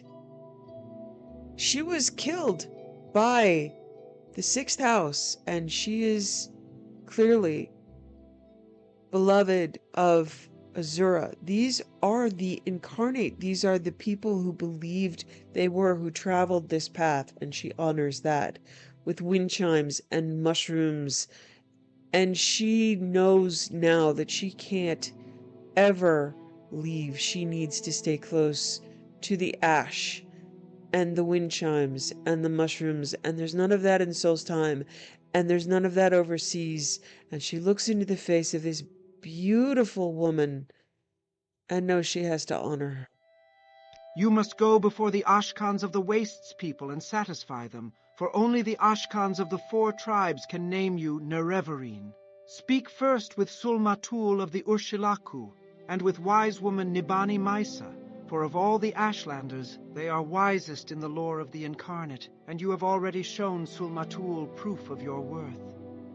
Kagranak, high priest of the Dwemer, forged enchanted artifacts to steal the power of the gods. Nerevar fought the Dwemer to prevent this blasphemy, but Dagoth-Ur took these tools to make himself a god, and the tribunal took these tools to make themselves gods. Though the tribunal sought to do good with their power, they are tainted by the same corrupt desires that moved Dagoth-Ur. I am a failed incarnate. So are all these who remain here with me in the cavern of the incarnate. I survived the blight, but I fell in battle with an ash vampire. I could not master the arts of war, nor could I learn the ways of the great houses. They would not have accepted me as Hortator. Take these few poor things. They are of no use to me. Embroidered belt and travel-stained pants.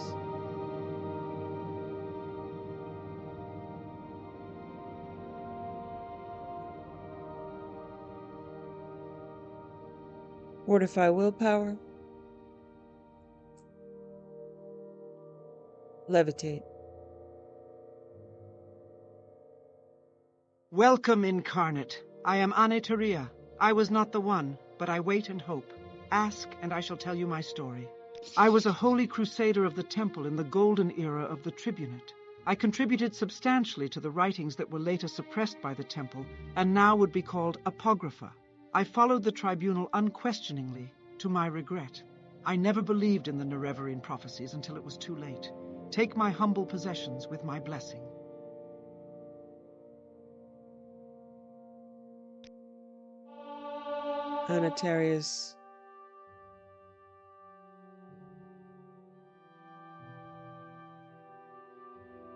Anataria's mace.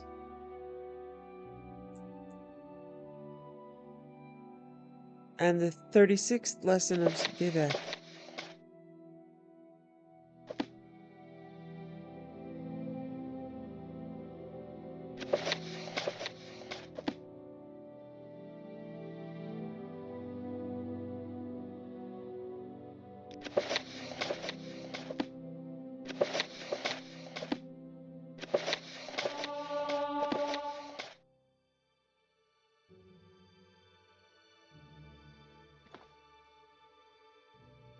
Welcome, incarnate. I am Dan. I was not the one, but I wait and hope. Ask, and I shall tell you my story. I saw Morrowind fall to the Empire. I lived through the humiliation of the surrender, swore hatred and vengeance against Imperial and Tribunal alike for their betrayals. In later years, I despaired and turned to Red Mountain, where I grew old and died fighting the Blight and Red Mountain monsters. Take my weapons and armor. I have no further use for them.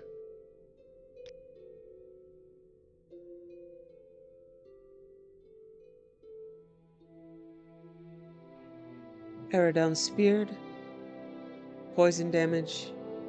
Weakness to fire and fire damage. On a side note, when I was first here, I got the bright idea of asking him to follow me, which was amazing. He had about 70,000 hit points, but he slowly kept losing them to the point that he just had normal hit points. But his hit point bar was so wide and long that it always looked like he was dying, and I could never tell if he was, going to die. So here he shall remain. But I have a soft spot in my heart for him. He was a good follower.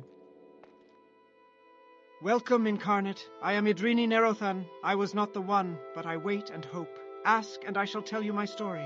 I lived in the late years of the tribunate, and behind the scenes I helped us demoralize, then repel the Akaviri invaders. I knew nothing of the Nerevarine or Dagoth-Ur until I took refuge with the Ashlanders. I died a fool, trying to loot ruined Kogoran. Here, take these. Maybe there's something in the world left worth stealing. Master's lockpick and Master's probe. Welcome, incarnate. I am Hortled. I was not the one, but I wait and hope. Ask, and I shall tell you my story. I died 400 years ago, in the last days of turmoil and unrest after the Empire came to Morrowind. I was a thinker and not a doer, and though I was marked by the stars, I was not a hero. Take these things of mine. My bones won't complain. Hortled's robe.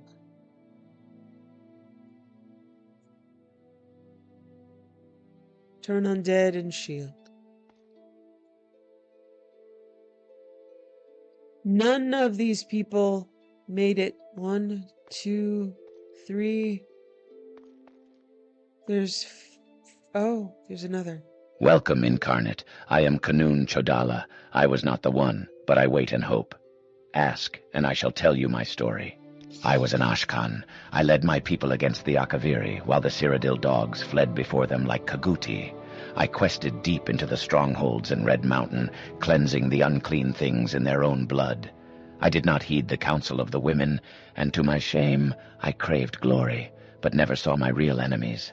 My axe and boots are yours, with my blessing.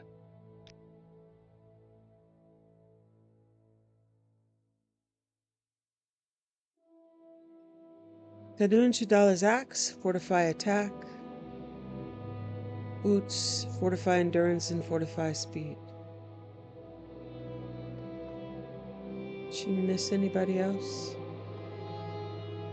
So there are 1, 2, 3,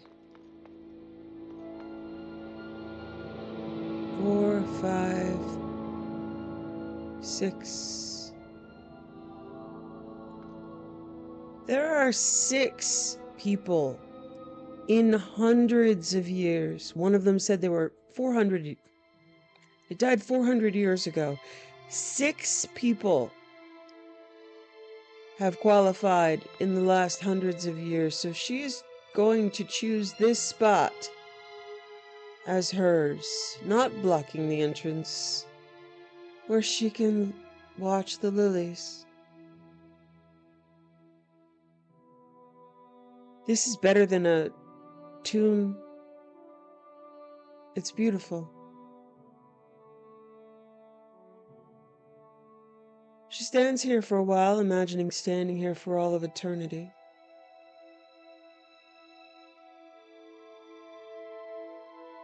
And they all gave her tokens and gifts and their wisdom and their experience. And what more could she ask of someone than the stories and the knowledge that they have gathered?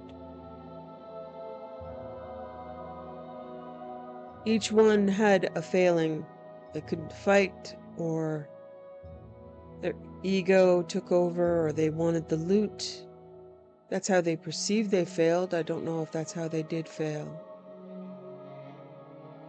Now, she is in rarefied company of only a few people, but she does believe she's earned her spot here. And it is a beautiful spot.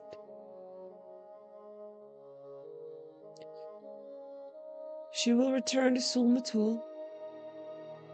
She knows she can return here anytime at dawn or dusk. And in fact, she is going to mark in this spot.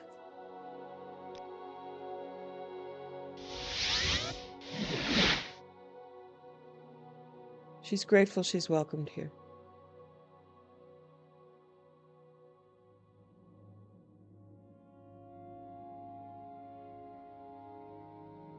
Turn to Sul-Matul.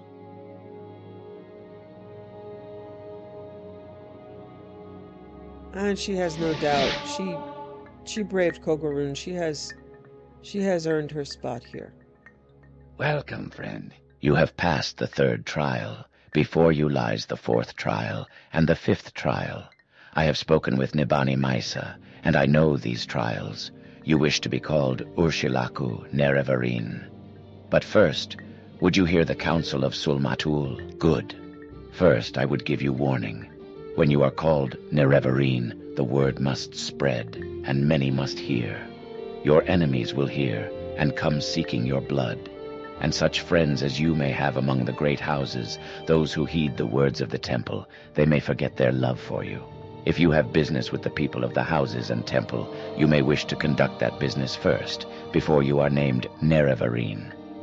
Second, I tell you, seek the counsel of wise woman Nibani Maisa, for you are an outlander and ignorant of the ways of our people. Nibani Maisa can tell you of the other tribes, of their ways, and of their ashkans. If you do not know these things, you will make many mistakes and waste precious time. That is my counsel. Now, if you wish to be named Urshilaku Nerevarine, we may speak of these things. Very well. You wish to be called Nerevarine. I know you and am disposed to do so. But first we must speak of need and duty. Before I name you Nerevarine, you must understand why a war leader is needed, so you may tell others. And before I name you Nerevarine, I must see that you know your duty. Only when we have spoken of these things shall you be called Nerevarine. You shall be Nerevarine of all the tribes, and Hortator of all the great houses. You shall eat the sin of the unmourned house, and free the false gods. You must defeat the 6th house and Dagoth-Ur. You must free the tribunal from their curse. This is the burden of prophecy. This shall be your duty as Urshilaku Nerevarine. Before my hearth and kin, and before the people of the wastes, I name you Urshilaku Nerevarine, war leader of the Urshilaku, and protector of the people. In token of this, I give you the teeth, which shall be a sign to all Dunmer that you are the Nerevarine, and that the Urshilaku shall follow you in all things, even unto death, until the enemy is defeated, or until you are dead, or until you give this back into my hand. You have learned the lies of the tribunal and the false hope they offer of protection from Dagoth-Ur. We have heard the priest's own words of the Apocrypha, and we know them to be true. We have heard the words of the dissident priests, and we know them to be true. The false gods have broken their promises and have taken up the tools of the enemy. This is a great evil and a great danger. She thanks him kindly, honestly, goes to speak to Mebani.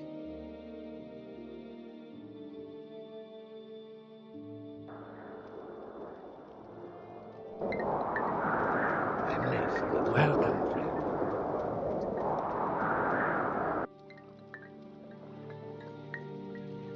Welcome. I am concerned. Why have you not yet fulfilled the prophecies of the Nerevarine? Have you done something wrong? Have you forgotten your destiny? I have heard that the leader of the temple, a man named Thola Sarioni, is desperate and asks that you come speak with him at the High Fane in Vivek City. Please, if there is some problem, go to Sarioni. Perhaps there is still hope. Sulmatul has named you Urshilaku Nerevarine. But until you have been named a Hemusa Nerevarine, Zainab Nerevarine, and Erebenimsun Nerevarine as well, you have not passed the 5th trial. The 4th trial is: a stranger's voice unites the houses. 3 halls call him Hortator. When you have been named Hortator by each of the 3 great houses of Vardenfell, come to me for further guidance, for you will have passed the 4th trial. The 5th trial is: a stranger's hand unites the Velothi. 4 tribes call him Nerevarine. The 4 tribes are the 4 tribes of Vardenfell: the Urshilaku, the Ahemusa, the Zainab, and the Erebenimsun. When you have been named Nerevarine by each of the 4 Ashlander tribes of Vardenfell, come to me for further guidance, for you will have passed the 5th trial. The Erebenimsun of Molag Mar love themselves and their weapons above all else. Their Ashkan Ulath Pal is cruel and ambitious, and his Gulakans are just like him. Their wise woman Manirai is cautious and reasonable. Seek her counsel. Don't waste your speech on the war khans. Go to Balmora, the chief town of the Hlalu. I believe the counselors meet there in a great house with many rooms. The Hlalu are soft and cowardly, sly and greedy. Their traders are liars and cheats. Look behind the words they speak for the truths they are hiding.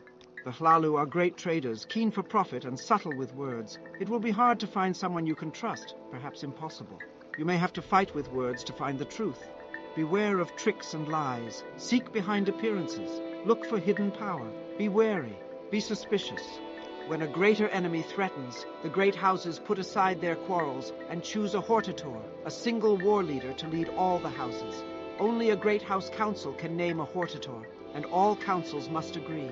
Speak with the Redoran counselors, Hlalu counselors, and Telvanni counselors. Prove to them that Dagoth-Ur threatens. When you are named Redoran Hortator, Hlalu Hortator, and Telvanni Hortator, only then will you be the Hortator named in prophecy.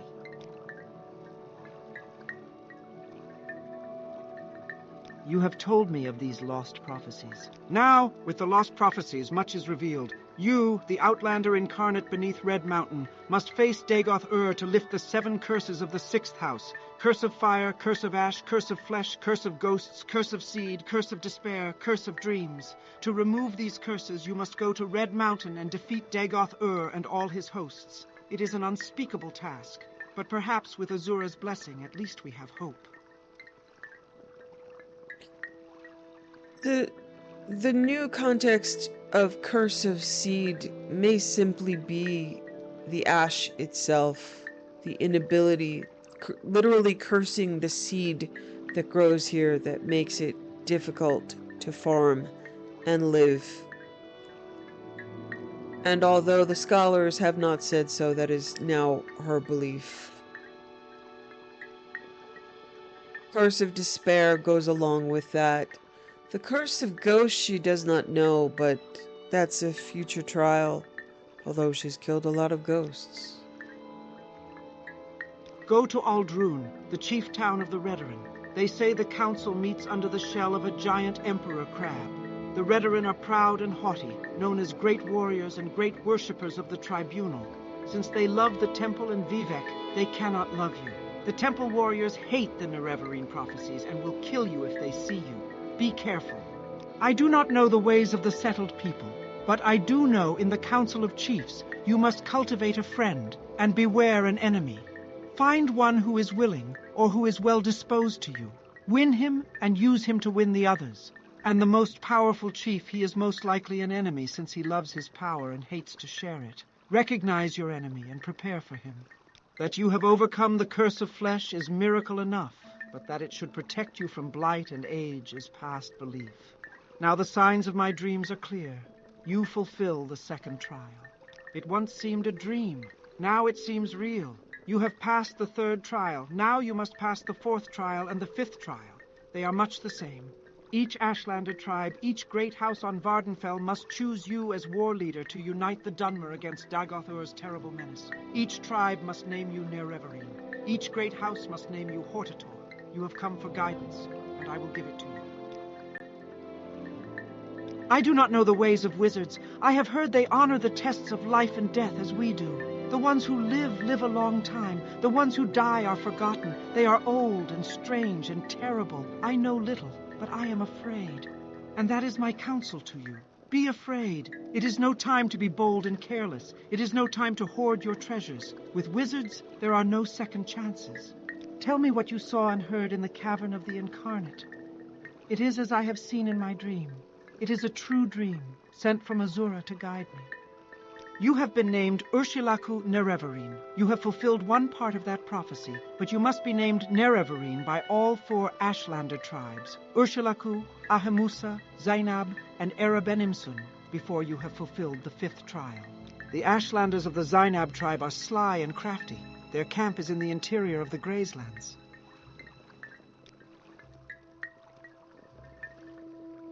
Well, it's daunting, but not undoable.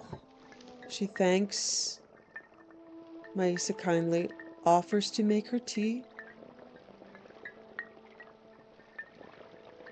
shares a meal of mushrooms and tea in thanks, because she knows how much memorization this woman must have done and must have learned in order to impart it to her. She has been studying, she is trying, she is chosen of Azura, so she fixes her a humble meal that's delicious, receives compliments and a genuine smile and a sparkle in the eye of this woman.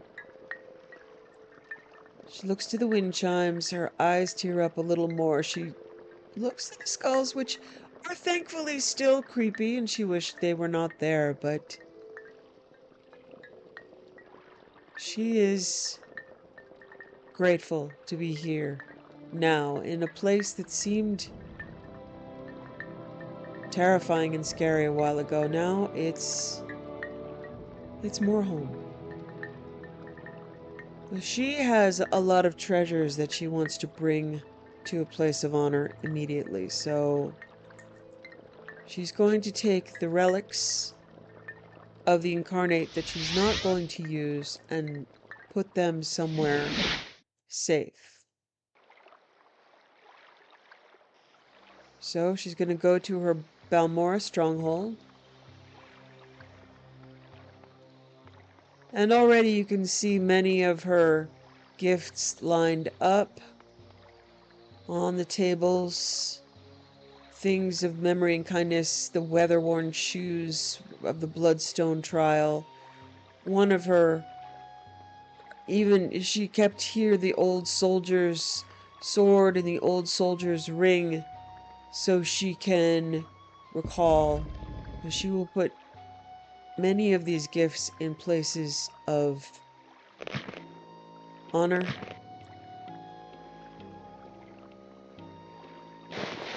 Not simply because they are treasures, which they are, but they deserve respect.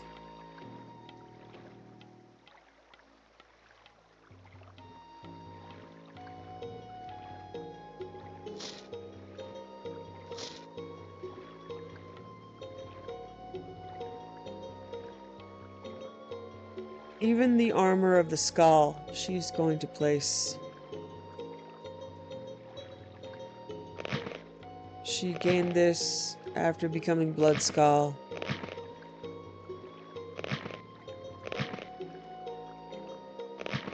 This is for those who died. To the werewolves. They should be remembered. This will be her memorial to the skull who suffer in the cold.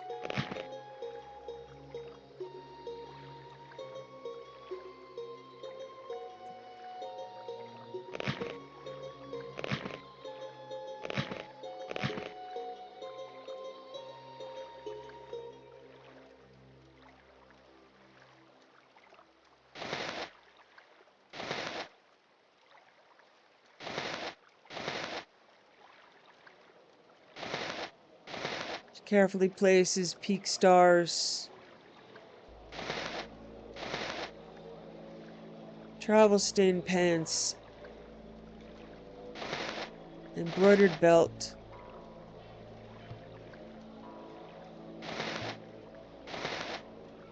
Her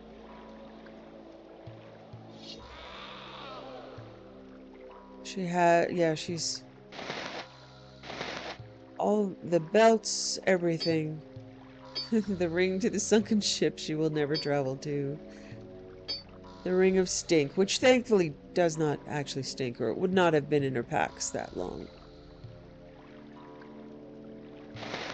There's still a few things she's keeping with her.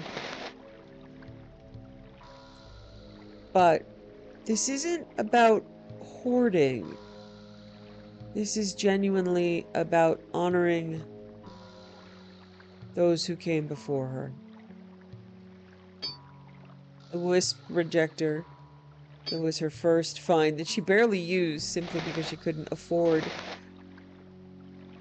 to recharge it. Teeth over the Urshilaku Skink's amulet. All these things that she's been carrying and keeping with her because she never took the time. Corrupted amber tear. She was supposed to bring that to someone, but she doubts she's going to anymore. Just things, bits and bobs she's been holding on to. She doesn't think she's going to need to enchant anything more. She's going to put all the spare clothes she's been carrying into a chest.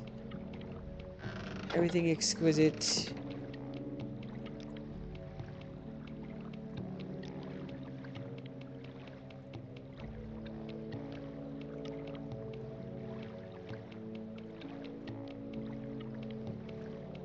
It's a moment of reflection, and she's proud that she's kept these things.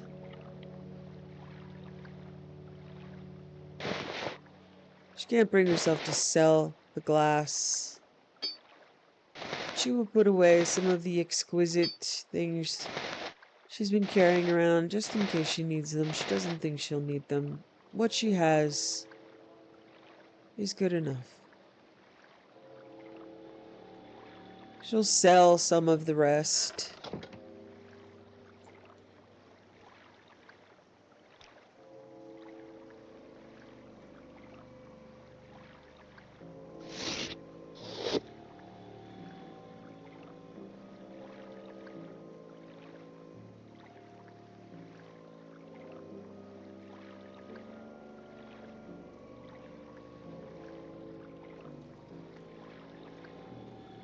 Find a large table and put down the staff of Magnus and the wizard's staff. The order knife. Arrow down spear.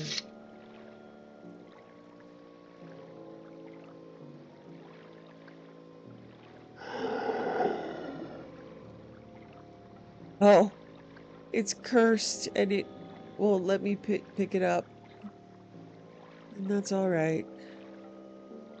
She can't put anything on the Imperial cult altar that belongs to an Ashlander. That would be sacrilege.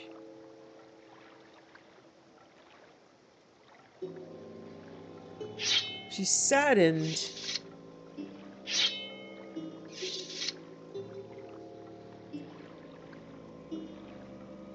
very likely those in the temple will now hate her and turn on her.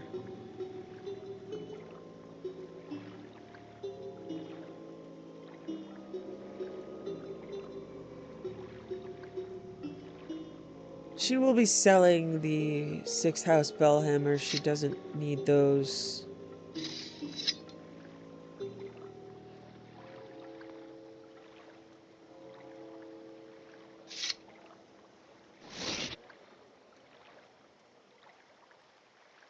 She places every item and remembers what has gone before.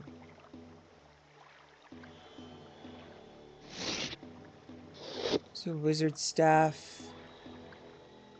Positioning is a little difficult for her. She'll figure it out. There we go.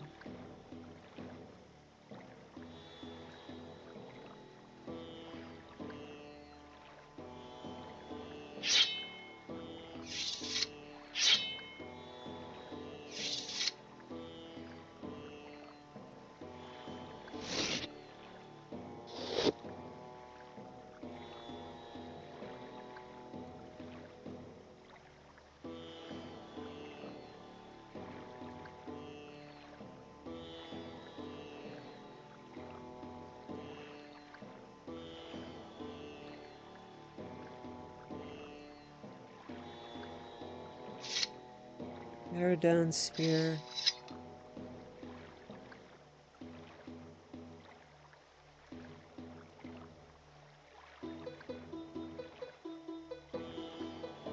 She doesn't feel as though she's going to her death. She really doesn't.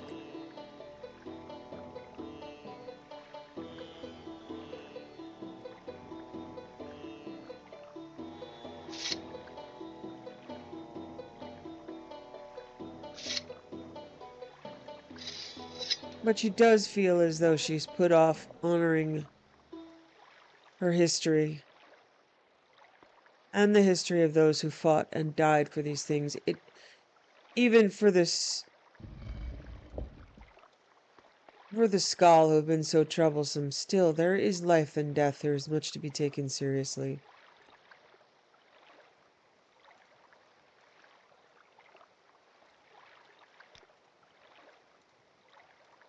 So humble things like the old soldier's ring and sword, the ghost that asked him to return, and the humble shoes. Humble things stay just as near to what others might consider very important things.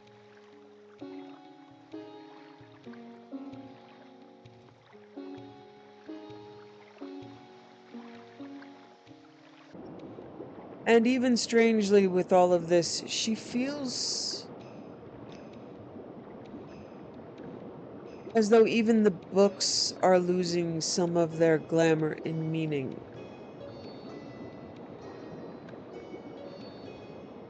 Possibly because she's living her own story. And she feels as though she's gaining less, particularly with the absolute crazy of the Vivek stories.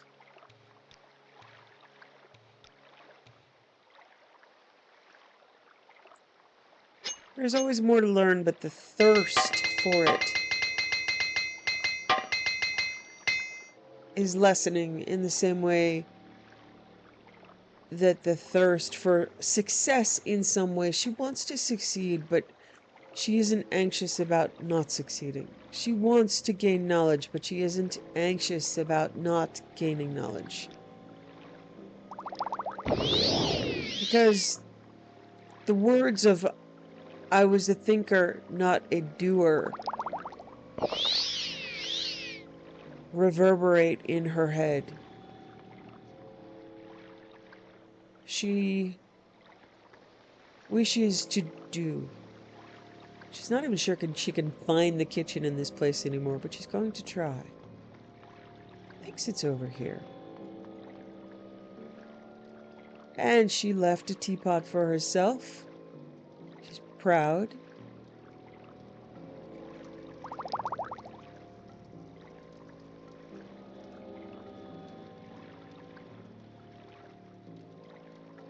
Happy to see many mushrooms. She's actually out of heather.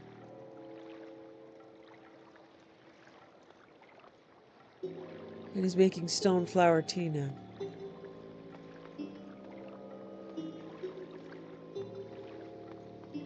She's very grateful for this place. She hasn't spent much time here, but she keeps thinking of returning to a spa, but really this is a beautiful spot. She imagines she can just plant all the mushrooms she wants. Herbs for her tea. And although it's in Balmora, she likes Balmora. She's beginning to see knowledge as, in some ways, fashion.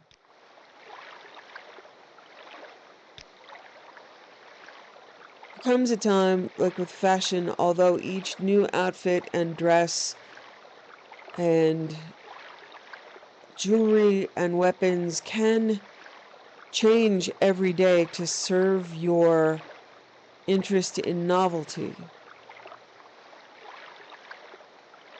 There's a time when you have enough. You love the clothing you have. They all have memories. It's like that bright fabric that you don't want to discard for novelty. What she has, she wishes to keep. And what she does not have, she does not need. And that is a sense that appeals to her in her youth as she was in a cold or a sweltering hut when she would dream of someday, although she didn't believe those dreams would come true, of having enough to eat, of being warm, of there being quiet, of being able to follow her own will, of having others be respectful to her. She now has that. She has all of that and more. She's incredibly grateful.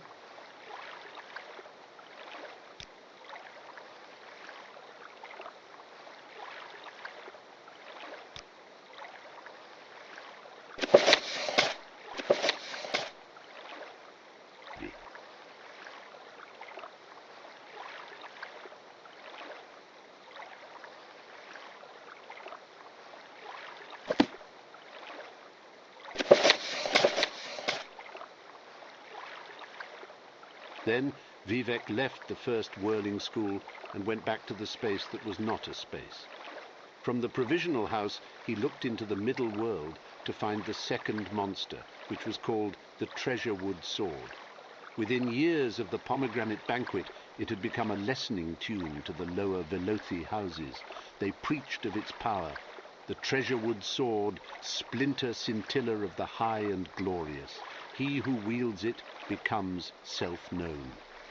The warrior poet appeared as a visitation in the ancestor alcove of House Mora, whose rose-worn Prince of Garlands was a hero against the northern demons. Vivek congregated with the bones. He said, "A scavenger cannot acquire a silk sash and expect to discover the greater systems of its predecessor. Perfect happiness is embraced only by the weeping. Give me back, and do so freely, what is barren of my marriage, and I will not erase you from the thought realm of God. Your line has a notable enchantress that my sister Ayem is fond of, and from her murky wisdom alone do I condescend to ask." A bone walker emerged from a wall. It had 3 precious stones set in its lower jaw, a magical practice of old. One was opal, the colour of opal. The bone walker bowed to the prince of the middle air and said, "The Treasurewood Sword will not leave our house. Bargains were made with the Black Hands Mafala, the greater shade." Vivek kissed the first precious stone and said, "Animal picture, rude walker, go back to the lamp that stays lit in water and store no more messages of useless noise. Down. He kissed the second precious stone and said, Proud residue, soon dispersed, serve no guarantees made in my foreimage, and demand nothing of its underskin. I am master evermore. Down. He kissed the opal and said, Down I take thee. And then Vivek withdrew into the hidden places and found the darkest mothers of the Morag Tong, taking them all to wife and filling them with undusted loyalty that tasted of summer salt. They became as black queens, screaming live with 100 murderous sons, 1,000 murderous arms, and 100,000 murderous hands, one vast moving event of thrusting kill laughter in alleys, palaces, workshops, cities, and secret halls. Their movements among the holdings of the Ra'adim were as rippled endings, heaving between times, with all fates leading to swallowed knives, murder as moaning, God's holy rape-erasure of wet death. The king of assassins presented to Vivek the treasure-wood sword. My lord, the king of assassins said, the prince of House Mora is now fond of you as well. I placed him in the corner of Dagon. His eyes I set into a fire prayer for the wicked. His mouth I stuffed with birds. The ending of the words is Almsivi.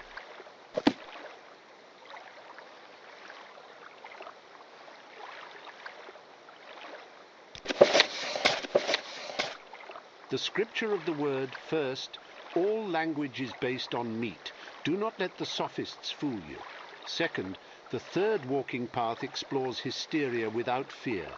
The efforts of madmen are a society of itself, but only if they are written. The wise may substitute one law for another, even into incoherence, and still say he is working within a method. This is true of speech and extends to all scripture. Third, do not go to the realm of apology for absolution. Beyond articulation, there is no fault. The adjacent place where the grabbers live is the illusion of the vocal or the middle realms of thought, by which I mean the constructed. This is how I stole the certainty of the Chancellor of Exactitude, perfect to look upon from every angle. When you come out of the vocal, you can never be certain. Fourth, the truest body of work is made up of silence, as in the silence that results from no reference. By the word I mean the dead. Fifth, the first meaning is always hidden. Sixth, the realm of apology is perfection and impossible to attack, thus the wise avoid it. Trinity in unity is the world and word of action, the third walking path. Seventh, the sage who suppresses his best aphorism, cut off his hands, for he is a thief. Eighth, the clothes of the broken map are worn only by fools and heretics. The map is an exit for laziness. It is the dusty tongue, which is to say the given chart, that most take as a story that is complete. No word is true until it is eaten. The ending of the words is Almsivi.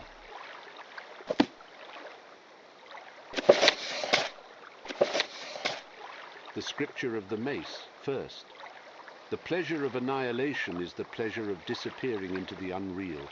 All those that would challenge the sleeping world will seek membership in this movement. I denounce the alienation of the cloven duality with a hammer.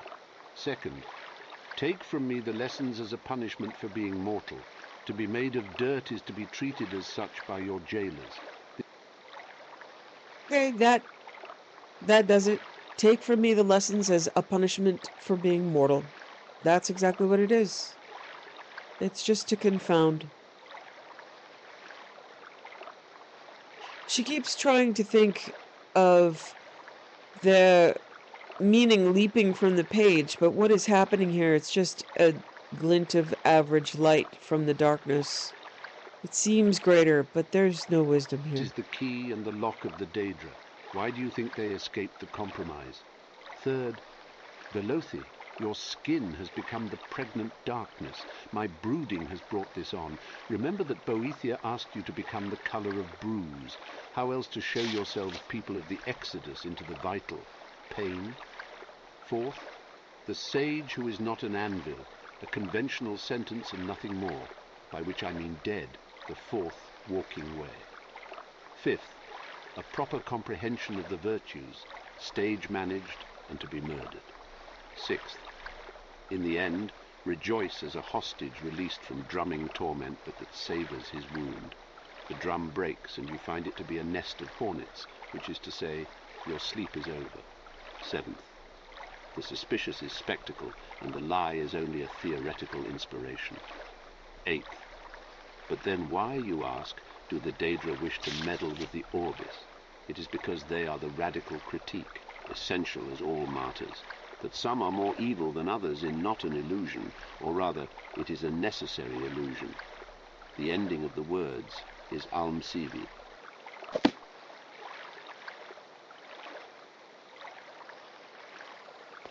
She's grateful to be free of that crazy.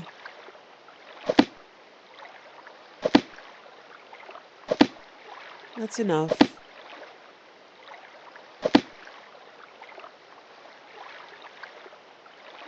She considers staying here more often, mostly because of the water. To be able to come out here, sit and see the water, to see the enchantments in the rooms beyond, listen to the water is a blessing. I was wondering, there are different bedrooms. Oh yes, a whole other room.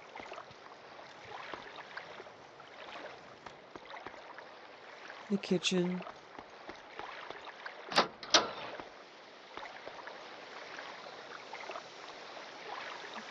Just the water itself, these beautiful places.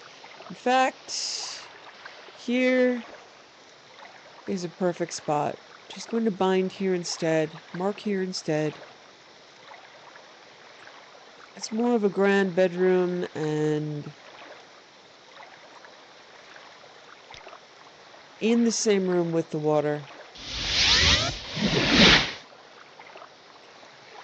She'll start filling up this chest with books. A new place that doesn't have the ignorance of her earlier self and the crazy of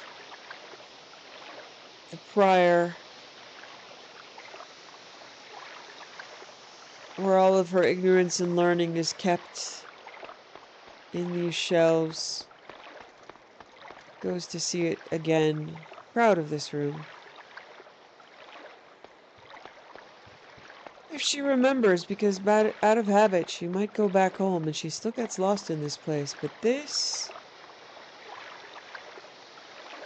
is hers. Doesn't need to be someone else's spa with other people in it.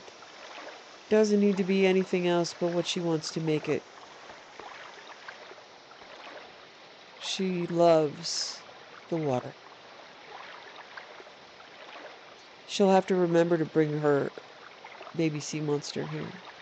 But she's sure they are well taken care of where they are right now. And she could put them right here. And they would enjoy it here. And that's her new plan for who she is and who she wishes to be.